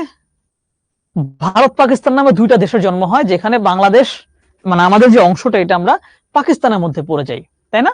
তার মানে এর আগে একটা লম্বা সময় আমরা কাদের অধীনে ছিলাম? ব্রিটিশদের অধীনে ছিলাম। তখন কোনো গণতন্ত্র ছিল না, ব্রিটিশরা হচ্ছে ওদের মতো করে দেশ চালাইতো। এবং 47-এ যখন তারা চলে যায় তখন মোটামুটি একটা গণতান্ত্রিক ব্যবস্থা আসার সম্ভাবনা তৈরি হয়, যে আচ্ছা এখন আমাদের নিজেদের দেশ, এখানে হয়তো নির্বাচনের মাধ্যমে নিজেরাই সরকার গঠন করতে পারবো, এরকম কথাবার্তা বলা হয়। এরপরে এটার জন্য প্রথম 1954 সালে একটা নির্বাচন অনুষ্ঠিত হয়, যেটাকে হচ্ছে অনেকে যুক্ত ফ্রন্ট নির্বাচন বলে থাকো তোমরা। সেই নির্বাচনে যুক্ত ফ্রন্ট নামে একটা জোট গঠিত হয়। এটা হচ্ছে আমি প্রথম দিকের যে অধ্যায়গুলো পড়ানোর সময় তোমাদের ভালো করে বুঝিয়েছিলাম, ইতিহাস যখন পড়িয়েছি। সেই নির্বাচনে গণতান্ত্রিক পদ্ধতিতে মানুষ ভোট দেয়, এবং যুক্ত ফ্রন্ট নামের যে রাজনৈতিক জোট আছে, যেখানে আওয়ামী লীগ ছিল, নেজামে ইসলাম ছিল, গণতন্ত্রী দল ছিল, কৃষক প্রজা পার্টি ছিল, এই দলগুলো একসাথে হয়ে যে জোটটা গঠন করে সেই জোটটা নির্বাচিত হয়, নির্বাচিত হয়ে সরকার গঠন করে। কোথায়? আমাদের এই বাংলাদেশ অংশে। কিন্তু এই সরকারটা কি গণতন্ত্র, মানে এই সরকারটা কিন্তু গণতান্ত্রিক সরকার ছিল, কিন্তু পাকিস্তান সরকার এই সরকারটাকে থাকতে দিল না, এটাকে ভেঙে দিল। ভেঙে দেওয়ার পরে 1958 সালে চলে আসলো সামরিক শাসন। কি চলে আসছে? সামরিক শাসন চলে আসছে। 58 সালে সামরিক শাসন মানে কি? গণতন্ত্রের যে আশা আকাঙ্ক্ষা সব শেষ হয়ে গেল। এই 58 থেকে শুরু করে 70 পর্যন্ত, মানে প্রায় 12 বছর এই সামরিক শাসনের মধ্য দিয়ে আমরা গেলাম। এবং 1970 সালে সামরিক শাসন ভেঙে একটা নির্বাচন অনুষ্ঠিত হয়, যে নির্বাচনে জয়লাভ করে আওয়ামী লীগ। গণতান্ত্রিক পদ্ধতিতে কিন্তু নির্বাচন হয়েছে, কিন্তু সেই নির্বাচনে তারা ক্ষমতা হস্তান্তর করলো না। তার মানে গণতন্ত্র পেয়েও পাচ্ছি না আমরা। আর এইটাকে কেন্দ্র করেই পরবর্তীতে কি শুরু হয়ে গেল? 71-এর মহান মুক্তিযুদ্ধ শুরু হইলো, এবং 71-এর মহান মুক্তিযুদ্ধের মধ্য দিয়ে বাংলাদেশ স্বাধীন হয়ে গেল। এবং স্বাধীন বাংলাদেশে 1973 সালে গিয়ে একটা নির্বাচন অনুষ্ঠিত হইলো। সেই নির্বাচনে জয়লাভ করলো কে? জয়লাভ করলো হচ্ছে বাংলাদেশ আওয়ামী লীগ। বাংলাদেশ আওয়ামী লীগ এরা হচ্ছে জয়লাভ করলো 1973 সালে। তার মানে আমরা মোটামুটি 47 থেকে 73 একটা লম্বা সময় ট্রানজিশনের মধ্য দিয়ে আমরা গণতন্ত্র পাইতে শুরু করলাম। কিন্তু এরপরও এই গণতন্ত্র বেশি দিন স্থায়ী হইল না। 1975 সালে গিয়ে বঙ্গবন্ধু শেখ মুজিবুর রহমানকে হত্যা করা হয়। এর মধ্য দিয়ে দেশে কি হয়? আবারও সামরিক শাসন চলে আসে। এই সামরিক শাসন চলে 1991 সাল পর্যন্ত। কত সাল? 1991 সাল পর্যন্ত। এবং 91 সালের আগের থেকে মূলত বলা যায় 1983-84 সাল থেকেই দেশের জনগণ এই সামরিক সরকারের বিরুদ্ধে, স্বৈরশাসনের বিরুদ্ধে ধীরে ধীরে আন্দোলন করতে শুরু করে। সেই আন্দোলনের পরিপ্রেক্ষিতে 1991 সালে হুসেন মোহাম্মদ এরশাদ তিনি পদত্যাগ করেন, এবং 91 সাল থেকে বাংলাদেশের ঠিকঠাক গণতন্ত্রের যাত্রা শুরু হয়। তার মানে আমরা স্বাধীন বাংলাদেশে প্রথম গণতন্ত্র আসছিল হচ্ছে 71-এর মুক্তিযুদ্ধের মধ্য দিয়ে। 73 একটা নির্বাচন ছিল, এইটা 75 সালে আবার নাই হয়ে যায়। 75 থেকে 91 পর্যন্ত টানা স্বৈর শাসন চলে, সামরিক শাসন চলে। 91 সালে পুনরায় গণতন্ত্রের পুনর্যাত্রা শুরু হয়, এবং তারপর থেকে এই যাত্রা থামেনি। মাঝখানে একবার একটা সম্ভাবনা তৈরি হয়েছিল। তো এরপরে দেখো 91 পর 96 সালে একটা নির্বাচন অনুষ্ঠিত হয়, সেই নির্বাচনে জয়লাভ করে আওয়ামী লীগ। এরপর 2001 সালে আবার নির্বাচন অনুষ্ঠিত হয়, সেই নির্বাচনে আবার জয়লাভ করে বিএনপি। এরপরে 2007 এবং 8 সালে কিছু মানে 7 সালে কিছু ঘটনা ঘটে যায়। সেটা কি? এরপরে কি সরাসরি সুন্দর একটা নির্বাচনের মধ্য দিয়ে কি আসার কথা? আবার হচ্ছে নতুন করে একটা সরকার আসার কথা। এই নির্বাচনগুলো হচ্ছিল কিন্তু তত্ত্বাবধায়ক সরকারের অধীনে 96 সালের পরে 2001 সালে। তো 2001-এর পরে 2007-এ তত্ত্বাবধায়ক সরকারের জন্য ক্ষমতা ছাড়া হয়, মানে ছাড়া নিয়ে তাল বাহানা শুরু হয় যে ক্ষমতা কি ছাড়বে কি ছাড়বে না। এই সময় তত্ত্বাবধায়ক সরকারের নামে ফখরুদ্দিন মঈনুদ্দিন সরকার, তারা হচ্ছে 3 মাসের ভিতরে নির্বাচন আয়োজন করার কথা থাকলেও তারা প্রায় 2 বছর দেশ শাসন করে। এবং সেই সময় একটা সম্ভাবনা তৈরি হয় দেশে আবারও সামরিক শাসন চলে আসবে, কিন্তু সেটা আসে না। 2টা রাজনৈতিক দল আওয়ামী লীগ বিএনপি তারা ব্যাপকভাবে আন্দোলনে নামে এবং শেষ পর্যন্ত 2008 সালে বাংলাদেশের ইতিহাসে সবচাইতে স্বচ্ছ এবং সুন্দর নির্বাচনটা অনুষ্ঠিত হয়, যে নির্বাচনের পর থেকে এখন পর্যন্ত টানা প্রতি বছর মানে প্রতি 5 বছর পর নির্বাচন হয়ে যাচ্ছে এবং দেশে গণতন্ত্র ধারা অব্যাহত আছে। এরপরে কি 8-এর পরে 14-তে নির্বাচন হয়েছে, 14-এর পরে 19-এ নির্বাচন, মানে 18-এর একেবারে লাস্টে নির্বাচন হয়েছে, এরপর 2024 সালে আবার নির্বাচন হইলো। তো এ হচ্ছে বাংলাদেশের গণতন্ত্রের ইতিহাসে কিছু গুরুত্বপূর্ণ সাল, যে কিভাবে আমরা গণতন্ত্র শাসন ব্যবস্থায় আসলাম। তো গণতন্ত্র গেলে এবার হচ্ছে রাজনৈতিক দল নিয়ে জানবো আমরা, যে রাজনৈতিক দল আসলে কি। আধুনিক যুগের শাসন ব্যবস্থা, গণতান্ত্রিক রাষ্ট্র, প্রতিনিধিত্বমূলক সরকার। এটা হচ্ছে নিচের থেকে আমরা উপর দিকে যাই। রাজনৈতিক দল ব্যতীত উপরে 3টা বিষয় প্রথমে খেয়াল করো। আধুনিক যুগের শাসন ব্যবস্থাটা কেমন? আধুনিক যুগের শাসন ব্যবস্থা হচ্ছে মূলত গণতান্ত্রিক শাসন ব্যবস্থা। গণতান্ত্রিক শাসন ব্যবস্থা না থাকলেও ধরো চীনে যে শাসন ব্যবস্থা, সমাজতান্ত্রিক বলতে পারি বা চাইনিজ মডেল বলা যায়, সেখানেও কিন্তু রাজনৈতিক দল আছে, তাই না? তো গণতান্ত্রিক রাষ্ট্র বলো আর যেই বলো না কেন, সেখানে রাজনৈতিক দল অবশ্যই থাকে। যেখানে যেখানে প্রতিনিধিত্বমূলক সরকার আছে, যেখানে যেখানে কি আছে, প্রতিনিধিত্বমূলক সরকার, মানে কি সরাসরি সকল জনগণ সরকারে না বসে তারা ভোট দিয়ে কিছু মানুষকে নির্বাচন করে দেয়, তারা সরকার গঠন করে। এইরকম সরকার যেখানে যেখানে আছে সেখানেই রাজনৈতিক দল অবশ্যই লাগবে, কেন রাজনৈতিক দল ছাড়া এই ব্যাপারগুলো আসলে সম্ভব না। বুঝতে পারছো? তো এই যে গণতান্ত্রিক রাষ্ট্র যেখানে আছে, প্রতিনিধিত্বমূলক সরকার যেখানে আছে, সেখানে কি কি জিনিস হয়? জনমত গঠন করতে হয়। জনমত গঠন মানে একটা বেশি সংখ্যক মানুষ বা কোন ধরনের মানুষ কোন দিকে মতামত দিচ্ছে, কোন পক্ষের হয়ে কথা বলতেছে, এই ব্যাপারটা একসাথে করতে হয়। যেমন ধরো প্রত্যেকটা নির্বাচনের আগে কিন্তু এক একটা রাজনৈতিক দল এক একটা ইস্যু নিয়ে সামনে আসে। যেমন 2024 নির্বাচনের আগে আওয়ামী লীগ বলছিল যে তারা হচ্ছে কি করবে, স্মার্ট বাংলাদেশ গঠন করবে। এই যে স্মার্ট বাংলাদেশ ছিল তাদের হচ্ছে জনমত গঠনের একটা টুলস, এবং এই স্মার্ট বাংলাদেশের সাথে সাথে তারা আরো অনেকগুলো বিষয় বলছিল যে আমরা এইটা করব ওইটা করবো, যেগুলোকে বলা হয় ইশতেহার। এই জিনিসগুলো বলার মাধ্যমে জনগণকে একত্রিত করা হয়, এটাকে বলা হয় জনমত গঠন। বুঝতে পারছো? এইটা না করলে তুমি এসব বলে জনগণকে তুমি বোঝাবা যে এগুলো খুবই ভালো জিনিস, তাহলে তোমার দলের মানুষজনকেই জনগণ ভোট দেবে। আর তোমার দল যদি দেশের 300টা আসনের মধ্যে অর্ধেকের বেশি আসন পেয়ে যায়, তাহলে তোমার দলটাই সরকার গঠন করবে। যদি বিক্ষিপ্ত ভাবে যার যার মতো মানুষ নির্বাচনে দাঁড়ায় যায়, তাহলে এটা তো কেমন হবে? এক একজন এক এক কথা বলবে, তখন জনগণ তো সবাই একরকম চিন্তা করতে পারবে না। তাই জনমত গঠনের জন্য রাজনৈতিক দল খুবই জরুরি। দলীয় আদর্শের প্রচার, যে এক একটা রাজনৈতিক দল তারা দলীয় কিছু আদর্শ থাকে, তারা বলে যে আমরা গণতন্ত্রে বিশ্বাস করি, আমরা মানুষের অধিকারে বিশ্বাস করি, এই কথাগুলো মানুষের মধ্যে প্রচার করে, তাতেও মানুষ হচ্ছে এই কথাগুলো শুনে বুঝে, আচ্ছা তাহলে হয়তোবা এদেরকে ভোট দিলে আমার জন্য ভালো হবে, তখন তারা তাকে ভোট দেয়। সমর্থক গোষ্ঠী গড়ে তোলা, তার মানে যে একই কথা, এসব কথাবার্তা বলে একটা সমর্থক গোষ্ঠী গড়ে তোলে। রাজনৈতিকভাবে সচেতন নাগরিক সমাজ গড়ে তোলা এবং মানুষজনকে বিভিন্ন তথ্য জানিয়ে রাষ্ট্র সম্পর্কে বিভিন্ন কথাবার্তা জানায় কারা? রাজনৈতিক দল। আর এই পুরো ব্যাপারগুলো আসলে রাজনৈতিক দল ব্যতীত কল্পনা করা যায় না। একটা রাজনৈতিক দল তারাই মানুষকে সচেতন করে তোলে।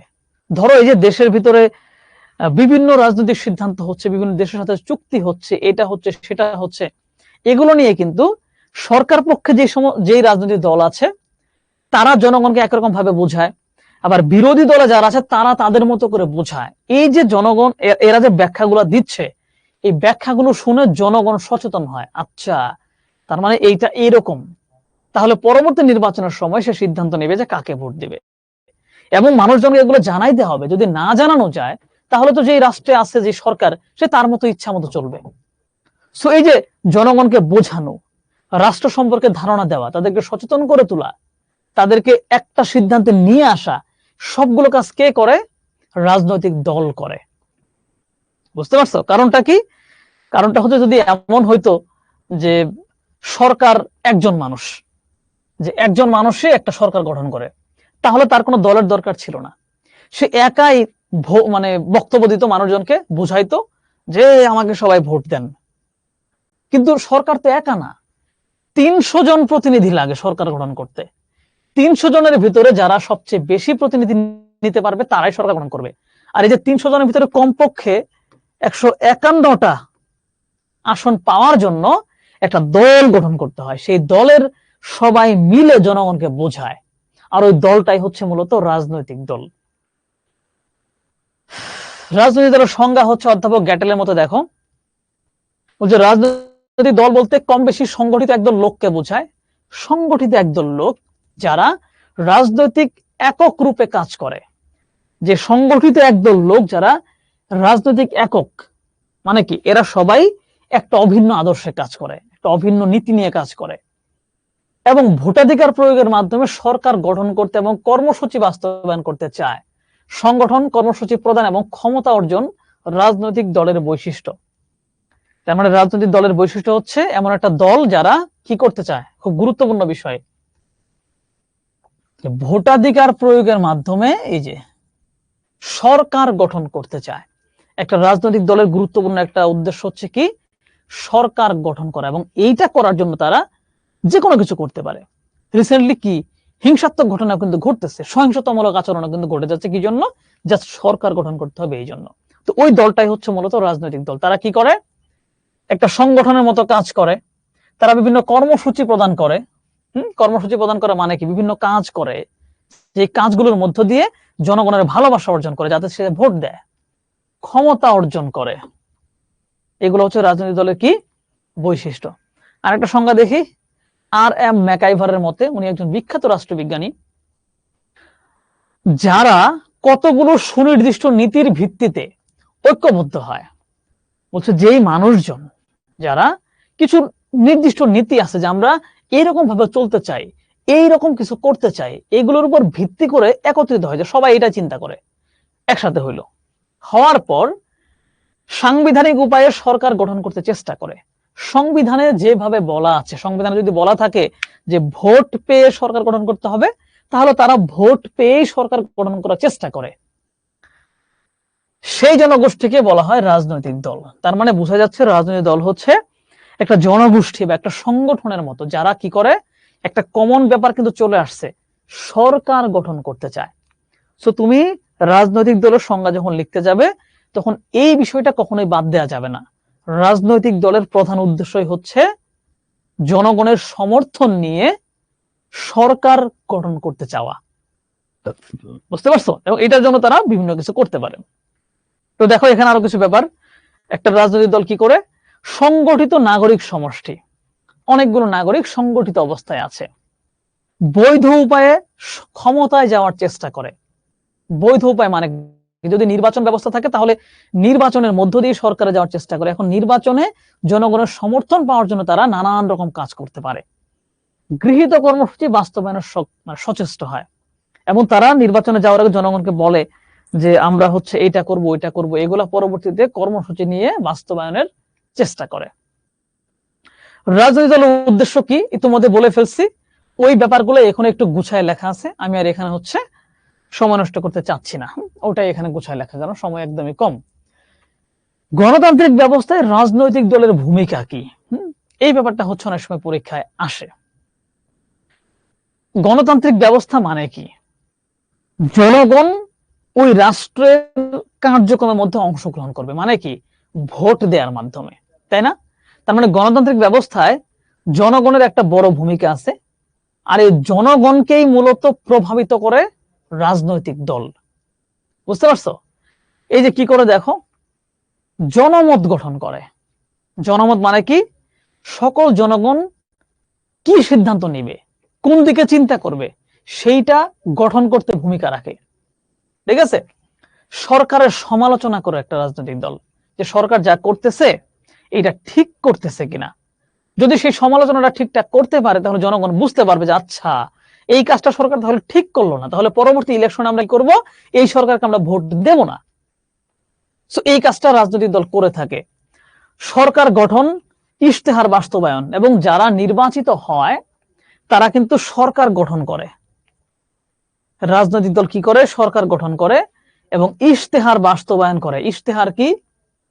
ইশতেহার হচ্ছে ইলেকশনের পূর্বে যে কথাগুলো দেওয়া হয়। ইলেকশনের পূর্বে বলে যে আমরা যদি নির্বাচিত হই আমরা হচ্ছে এখানে একটা ব্রিজ বানাবো, এখানে এইটা করব, জনগণকে কম দামে খাবার দেব, তাই না, রাস্তাঘাট বানাবো। এই যে কথাগুলো তারা বলল এগুলো হচ্ছে ইশতেহার। আর এইটা বাস্তবায়নের চেষ্টা করে কারা? রাজনৈতিক দল। কারণ কি? রাজনৈতিক দল নিজে সরকার গঠন করে, বিরোধী দলে থেকে সরকারের সমালোচনা করে, সরকার গঠন করলে আবার তারা যে কথাগুলো দিছিল সেটা বাস্তবায়নের চেষ্টাও করে। বিকল্প সরকারের ভূমিকা পালন করে। বিকল্প সরকার কি? মানে যারা সরকার গঠন করছে এদের যে বিপক্ষে যারা আছে তারাই বিকল্প সরকারের ভূমিকা পালন করে।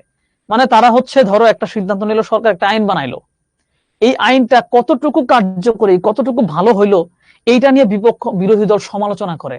মানে তারাও সরকারের ভূমিকায় চলে যায় যে এই আইনটা ঠিক না, এখানে এখানে চেঞ্জ আনতে হবে, ইত্যাদি ইত্যাদি।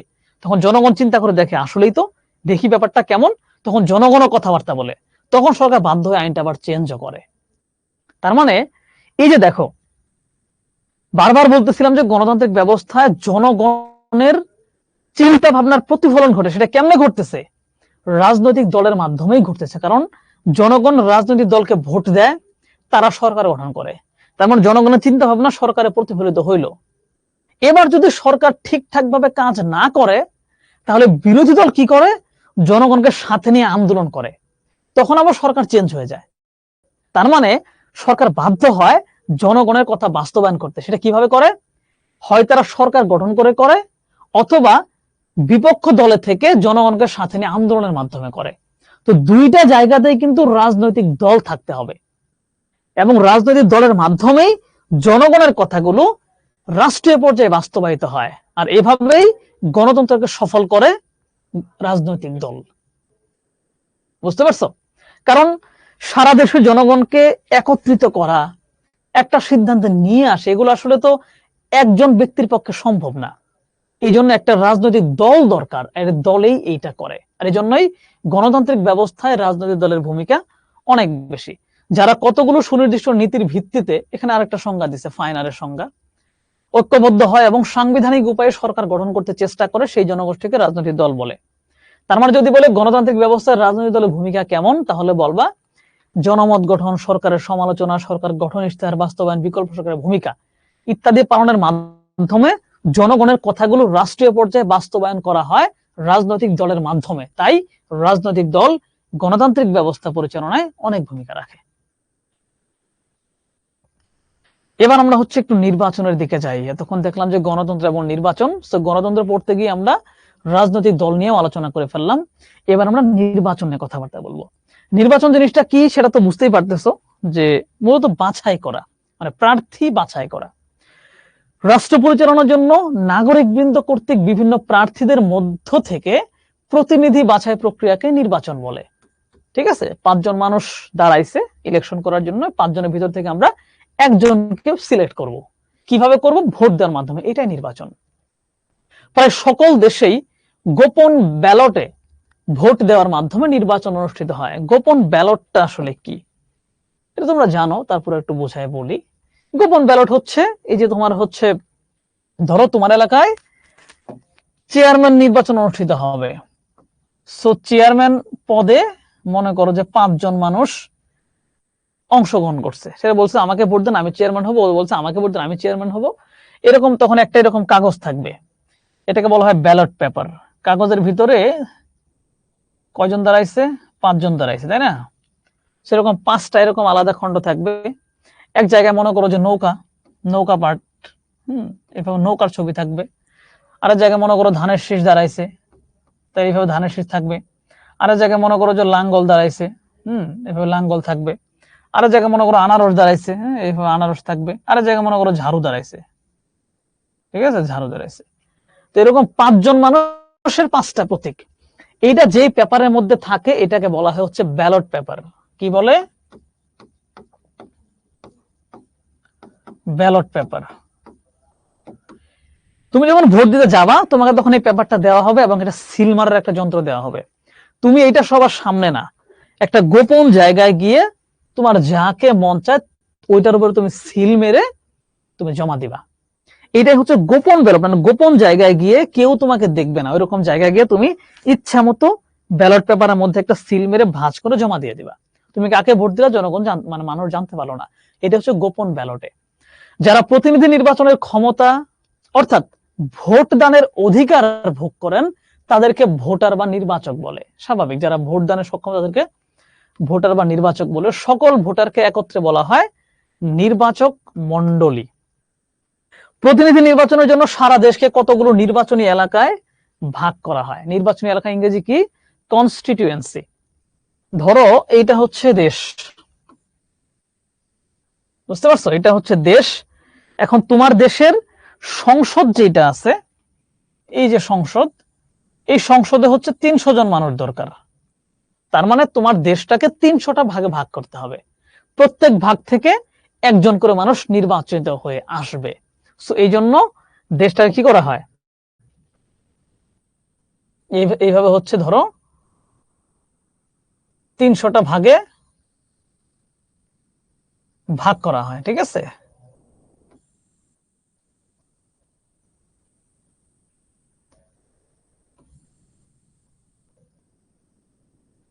এইভাবে হচ্ছে বিভিন্ন, মানে অনেকগুলো, এখানে অল্প অনেকগুলো ভাগে ভাগ করা হয়। এভাবে ধরো এইখানে এইখানে এক নির্বাচন হচ্ছে, 4-5 জন মানুষ বিভিন্ন দল থেকে দাঁড়াবে, মানুষজন ভোট দিয়ে একজনকে নির্বাচন করবে।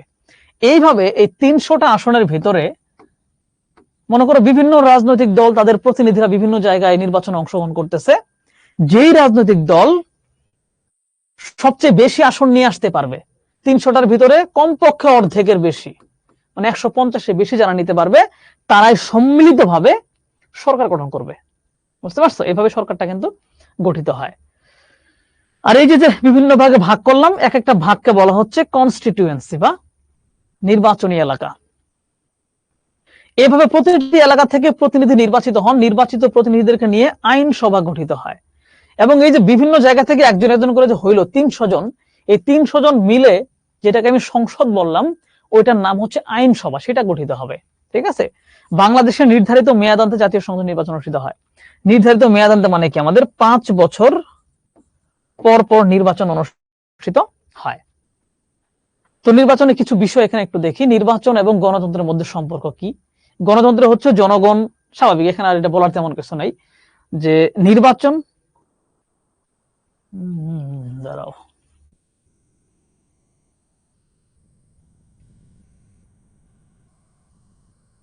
ওরে ভাই রে ভাই, 10 মিনিট।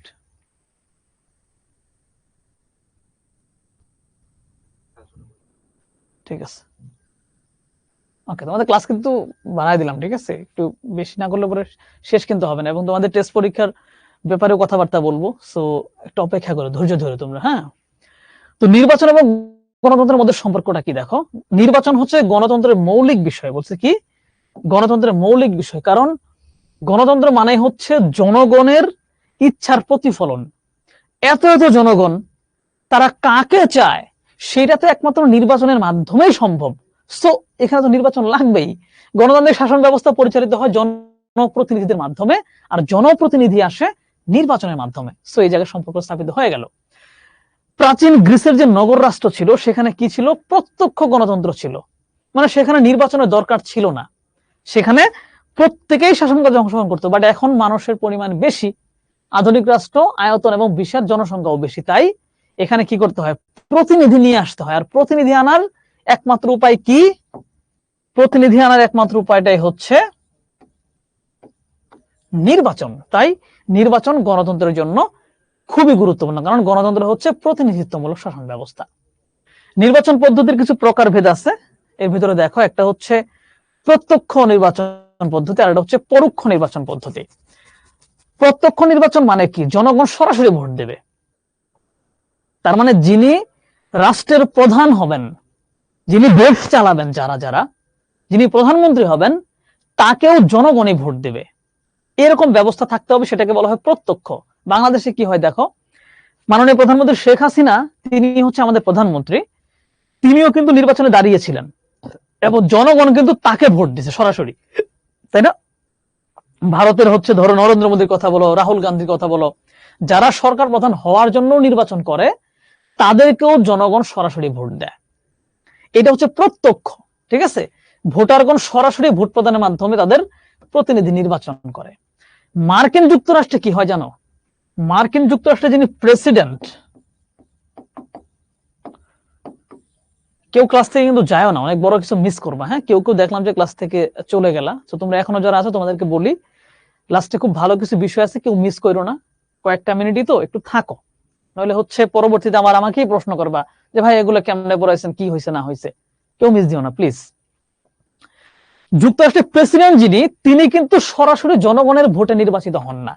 আমাদের এখানে জনগণ যেমন ভোট দেয়, সেখানে জনগণ কাকে ভোট দেয় জানো? মনে করো এরা হচ্ছে জনগণ, এরা প্রথমে ভোট দিয়ে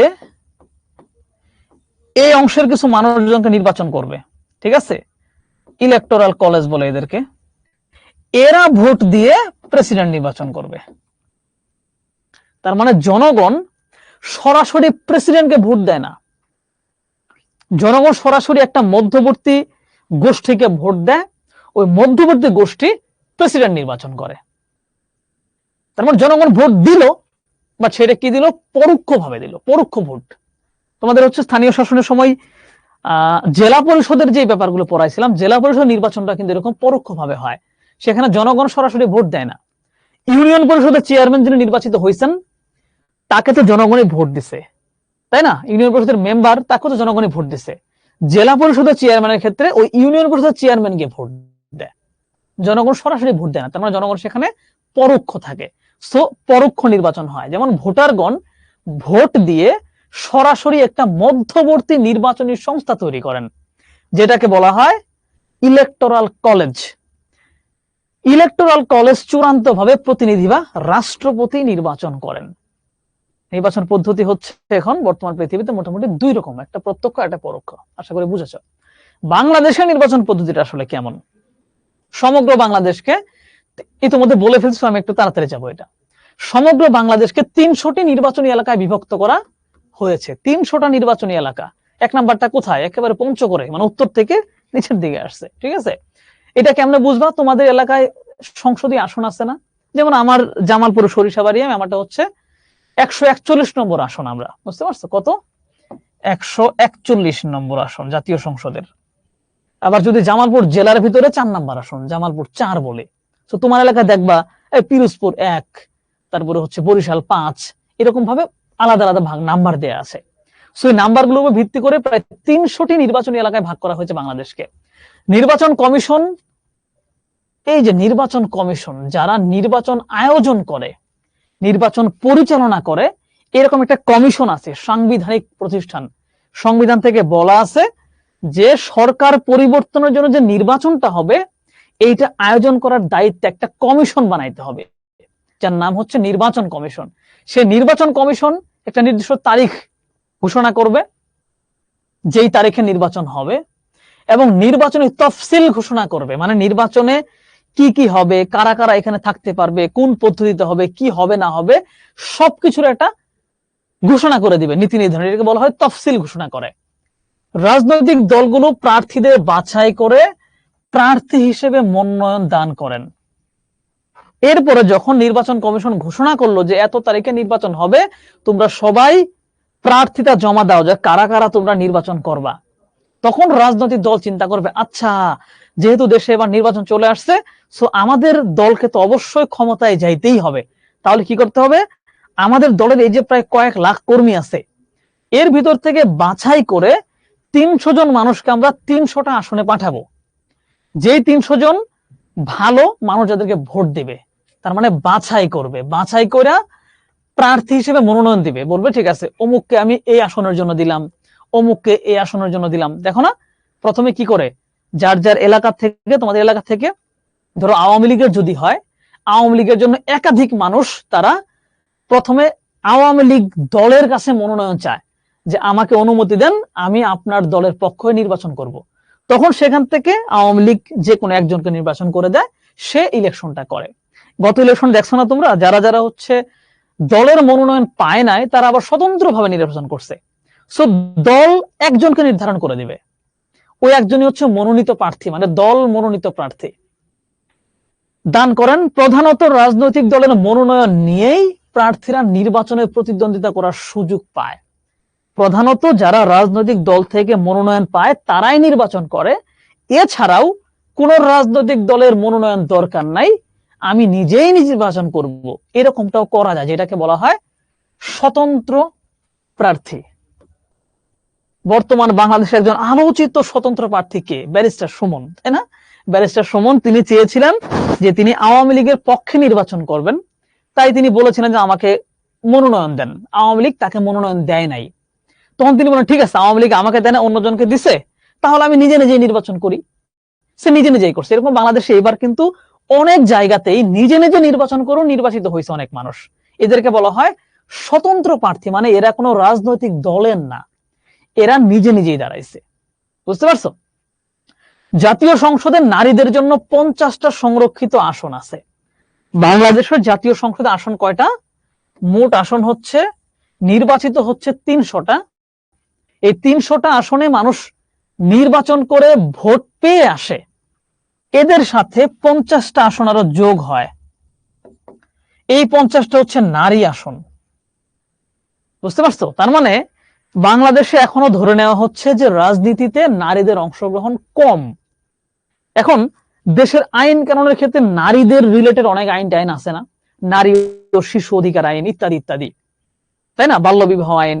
তো নারীদের ব্যাপারগুলো তো নারীরাই ভালো বুঝবে। সেক্ষেত্রে যদি জাতীয় সংসদে নারীরা না থাকে, তাহলে এই ব্যাপারগুলো নিয়ে কথা বলবে কে? ধরো 300 জন যে নির্বাচন করছে সারা দেশ থেকে, 300টাই ছেলে নির্বাচিত হয়েছে, তাহলে এগুলো নিয়ে কথা বলবে কে? এই জন্য যেই দলটা সবচেয়ে বেশি আসন লাভ করে তারা চিন্তা ভাবনা করে যে 50টা বাছাইকৃত বিভিন্ন জায়গা থেকে নারীদেরকে নিয়ে সংসদে বসায়, যেটাকে বলা হয় সংরক্ষিত আসন।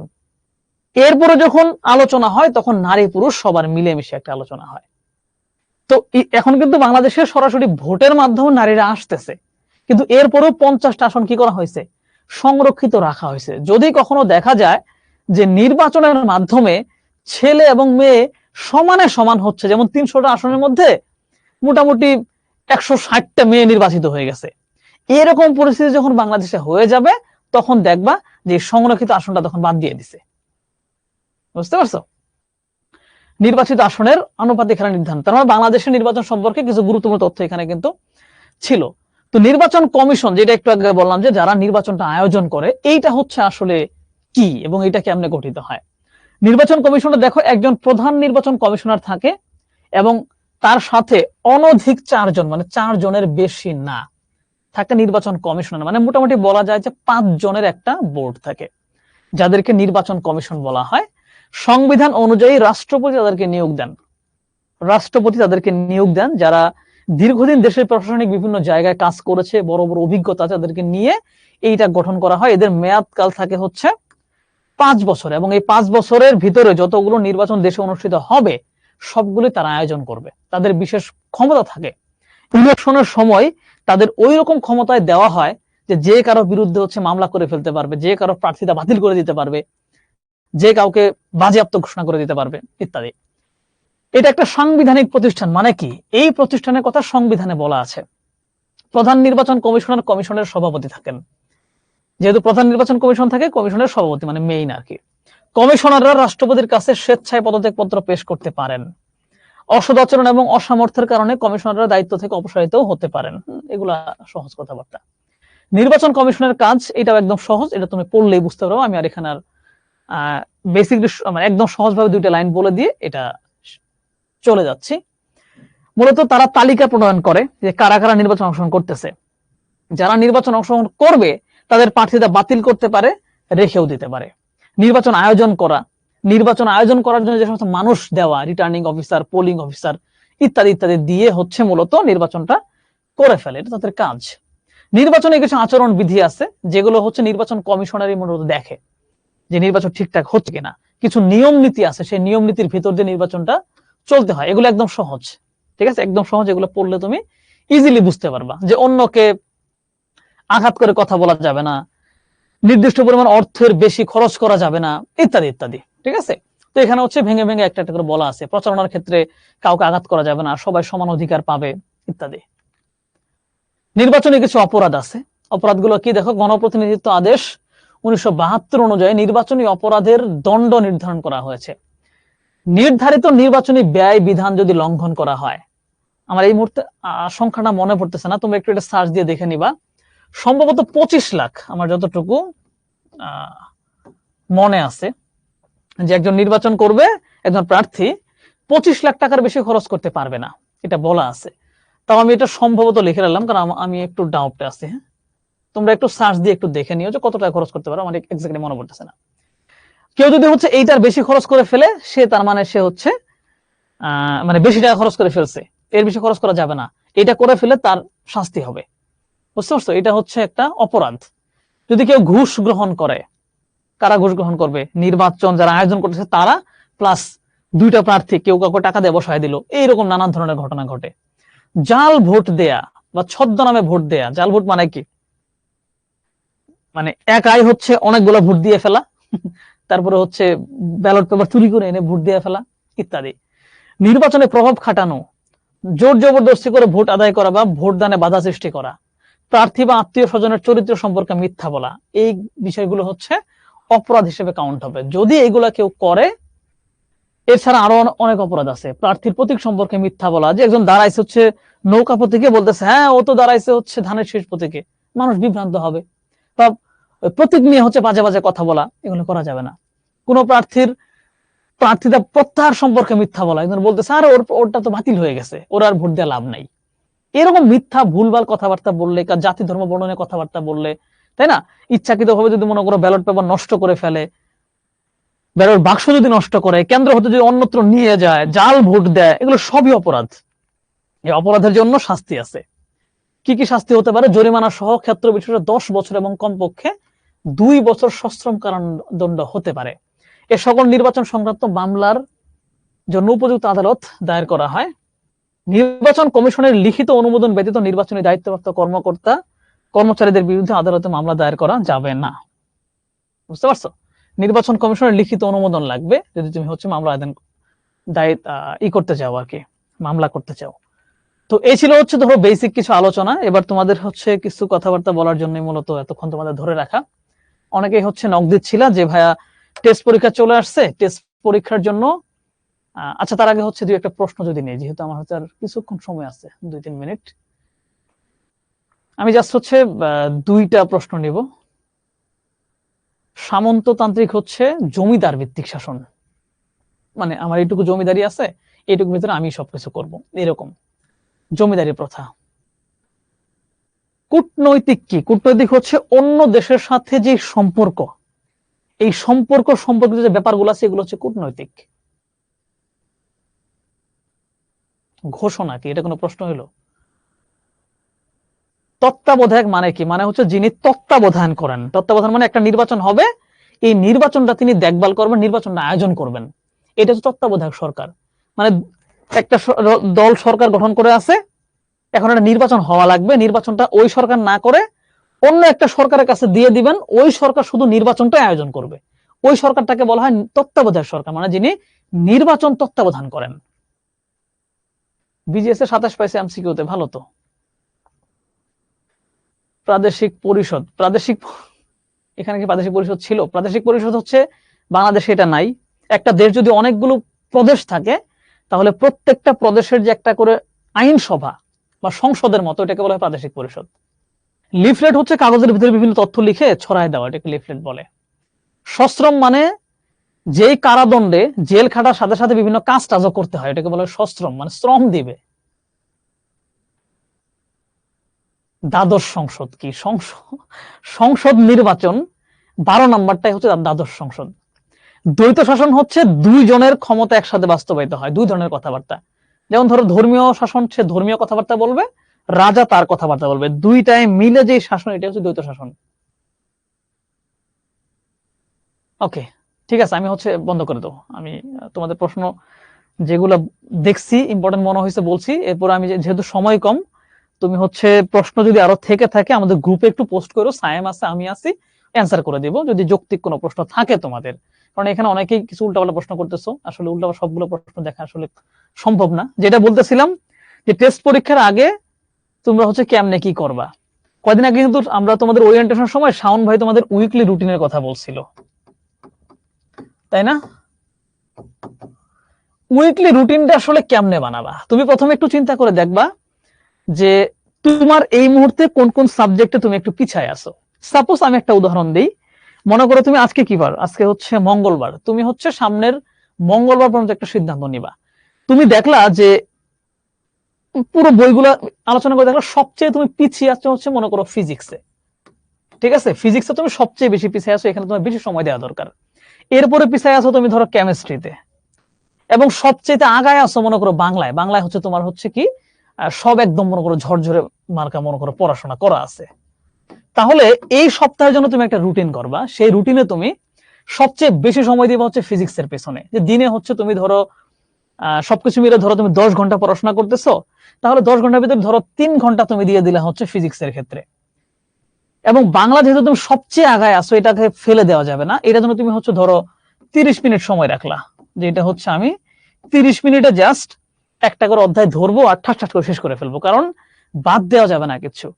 এক সপ্তাহ পরে তুমি যদি দেখো যে ফিজিক্সের পিছনে বেশি সময় দেওয়ার কারণে আমার ফিজিক্সটা মোটামুটি বেশ, এক সপ্তাহ না ধরো দুই সপ্তাহ তুমি এইভাবে পড়লা, এরপরে দেখলা যে ফিজিক্সে মোটামুটি তুমি অনেক কিছু পড়ে আগায় গেছো, এইবার পিছায় পড়ছে হচ্ছে ধরো বিজিএস এ, যে বিজিএস হচ্ছে একদমই পড়া হচ্ছে না। ওই সময় গিয়ে তুমি আরেকটা রুটিন বানাবা, তখন তুমি দেখবা তোমার কোন সাবজেক্টে কি কি অবস্থা, তখন যেটাতে সবচেয়ে বেশি পিছিয়ে থাকবা ওইখানে আরেকটু সময় বাড়ায় দাও। এইভাবে আগামী 1 মাস বা 1.5 মাস সময় তুমি উইকলি রুটিন করে, যেটা সবচেয়ে কম পড়া হয়েছে বা সবচেয়ে কম মানে তুমি পিছায় আছো সবচাইতে, ওইটাতে সময় বাড়ায় দিয়ে দিয়ে একটা লেভেল অবস্থায় নিয়ে আসতে হবে। লেভেল অবস্থা নিয়ে আসার পর তুমি চিন্তা করতে হবে যে কোন বিষয়টা তোমার বেশি পড়তে হয় মনে রাখার জন্য, তখন তার পরবর্তী রুটিনে তুমি ওইটার পেছনে সময়টা একটু বাড়ায় দিবা। মানে আজীবন একটা রুটিনে চলতে গেলে কিন্তু হবে না। যে তুমি দেখতেছো যে কেমিস্ট্রি তুমি এত বেশি পড়ো তারপর মনে থাকে না, তারপর মনে থাকে না, তার মানে ওইটাতে তোমার রেগুলার বেশি সময় দেওয়াই লাগবে। এবং কোনোভাবেই কোন সাবজেক্টকে, মানে এখন তোমাদের ভিতরে অনেকে এইটা চিন্তা করো যে ওই সাবজেক্ট আমি একদম পড়িনি, ওইটা তো মোটামুটি একটু সহজ আছে, তুমি বিজিএস এর কথাই বলো, বিজিএস ইসলাম শিক্ষা, বিজিএস একটু সহজ, এগুলো পড়বো না। এই ভুলটা একদমই করা যাবে না। টেস্ট পরীক্ষার সামনে তুমি আধা ঘন্টা করে সময় হইলেও প্রত্যেকটা সাবজেক্টের জন্য তুমি সময়টা দিবা, বুঝতে পারছো? এবং তুমি হচ্ছে এইটা এইভাবে নিতে পারো যে হ্যাঁ এই সপ্তাহের ভিতরে আমি এই অধ্যায়ের 4টা মানে এই কি বলে সাবজেক্টের আমি 4টা অধ্যায় পড়বই। তাহলে তুমি ওইভাবে নিতে পারো যে ওই 4টা অধ্যায় পড়ার পর বাকি অধ্যায়গুলো পড়া শুরু করো, মানে ওই 4টার জন্য বেশি সময় দাও। এইভাবে তুমি 1-2 মাস সময় দিয়ে সবটিকে একটা লেভেল অবস্থায় নিয়ে আসো। কোনোভাবেই কোনো সাবজেক্টকে ছেড়ে দেওয়া যাবে না, আধা ঘন্টা করে সময় হইলেও তোমার দেয়াই লাগবে, ঠিক আছে? এবং এখন থেকেই প্রশ্ন লেখার চেষ্টা করো, যে তুমি 20 মিনিটে একটা করে সৃজনশীল লিখতে পারো কিনা বাংলা বিজিএস এর ক্ষেত্রে। 20 মিনিটের বেশি সময় কোনোভাবেই দেয়া যাবে না, কোনোভাবেই দেয়া যাবে না। কারণ 20 মিনিটের বেশি সময় তুমি যদি দিয়ে দাও তাহলে অন্য একটা প্রশ্ন তুমি লিখতেই পারবে না, তখন ওইখান থেকে একবারে 4 থেকে 5 নাম্বার কাটা হয়ে যাবে। বাট 20 মিনিটে তুমি যাই লিখো না কেন কমপক্ষে 7-8 পাবা, হয়তো 1-2 নাম্বার কাটা যাবে, বাট অন্য একটা প্রশ্ন মিস করে গেলে 4-5 নাম্বার এমনিতেই কাটা যাবে, বুঝতে পারছো? তার মানে উইকলি রুটিনে তুমি কি প্রাধান্য দিবা, যে তুমি খেয়াল করে দেখবা যে তুমি কোন সাবজেক্টে পিছিয়ে আছো, ওইটার সময় বাড়ায় দিয়ে একটা রুটিন করো। এবং এটা 2 সপ্তাহ পড়ার পরে দেখো তুমি ওইটা আগাইতে পারলা কিনা, তারপরে দেখো এবার তোমার কোনটাতে বেশি জোর দেওয়া দরকার, তুমি ওইটাতে সময় বাড়ায় দিয়ে তারপরে 2 সপ্তাহ আবার পড়ো। এইভাবে একটা একটা করে বাড়ায় দিয়ে দিয়ে পড়তে থাকো। এবং কোন সাবজেক্টই রুটিন থেকে বাদ দেওয়া যাবে না, কমপক্ষে আধা ঘন্টা করে সময় হলেও প্রত্যেকটাতে সময় তোমার দেয়া লাগবে। এইটা মেনটেন করে একটু কষ্ট করে পড়ো, কোনোভাবেই বাইরে সময় নষ্ট করো না, ফেসবুক ইউটিউব একদম কমিয়ে দাও, দিয়ে নিজেকে একটু পড়াশোনা এনভায়রনমেন্টের মধ্যে নিয়ে যাও। কারণ টেস্ট পরীক্ষা যদি ভালো না হয় কনফিডেন্সটা অনেক বেশি লো করবে, এবং যেটা তোমার কিন্তু মানে ফাইনাল পরীক্ষার ক্ষেত্রে বড় একটা প্রভাব রাখতে পারে। সো টেস্ট পরীক্ষা ভালো করার জন্য এই পদ্ধতিটা একটু অবলম্বন করো এবং সাবজেক্ট ধরে ধরে পড়ার চেষ্টা করো, কারণ ওভারঅল একটা ভালো প্রিপারেশন না হলে কিন্তু বিরাট বড় মিস হয়ে যাবে। এবং কোনো সাবজেক্টই বাদ দিও না। বিজিএস আমি বললাম যদি তুমি বাসায় পড়ার জন্য সময় নাও পাও, যে তোমার ফিজিক্স কেমিস্ট্রি খুব বাজে অবস্থা, অ্যাটলিস্ট আমার ক্লাসটাকেও মিস দিও না। ক্লাসটা ফুললি মনোযোগ দিয়ে দেখো, এখান থেকে একটা ভালো আইডিয়া অ্যাটলিস্ট পেয়ে যাবা, তুমি পিছিয়ে পড়বা না। ক্লাসও যদি বাদ দাও, পড়াও যদি বাদ দাও, তাহলে কিন্তু এগুলো পুরো একদমই কভার করতে পারবে না, একদম ট্রাস্ট মি, একদমই কভার করতে পারবে না। তাই এখন তোমার মেইন টার্গেট হচ্ছে সবগুলোতে সময় দেওয়া, যেগুলো পিছিয়ে আছো সেগুলোতে সময় একটু বাড়ায় দেওয়া। সো এটাই হচ্ছে আমার বেসিক কথা ছিল। পুরো ক্লাসে হয়তো আরো কথাবার্তা বলবো না, আর কিভাবে প্রশ্ন লিখতে হবে সেটা নিয়ে একটা ভিডিও খুব দ্রুত আসবে। তো থ্যাংক ইউ সো মাচ।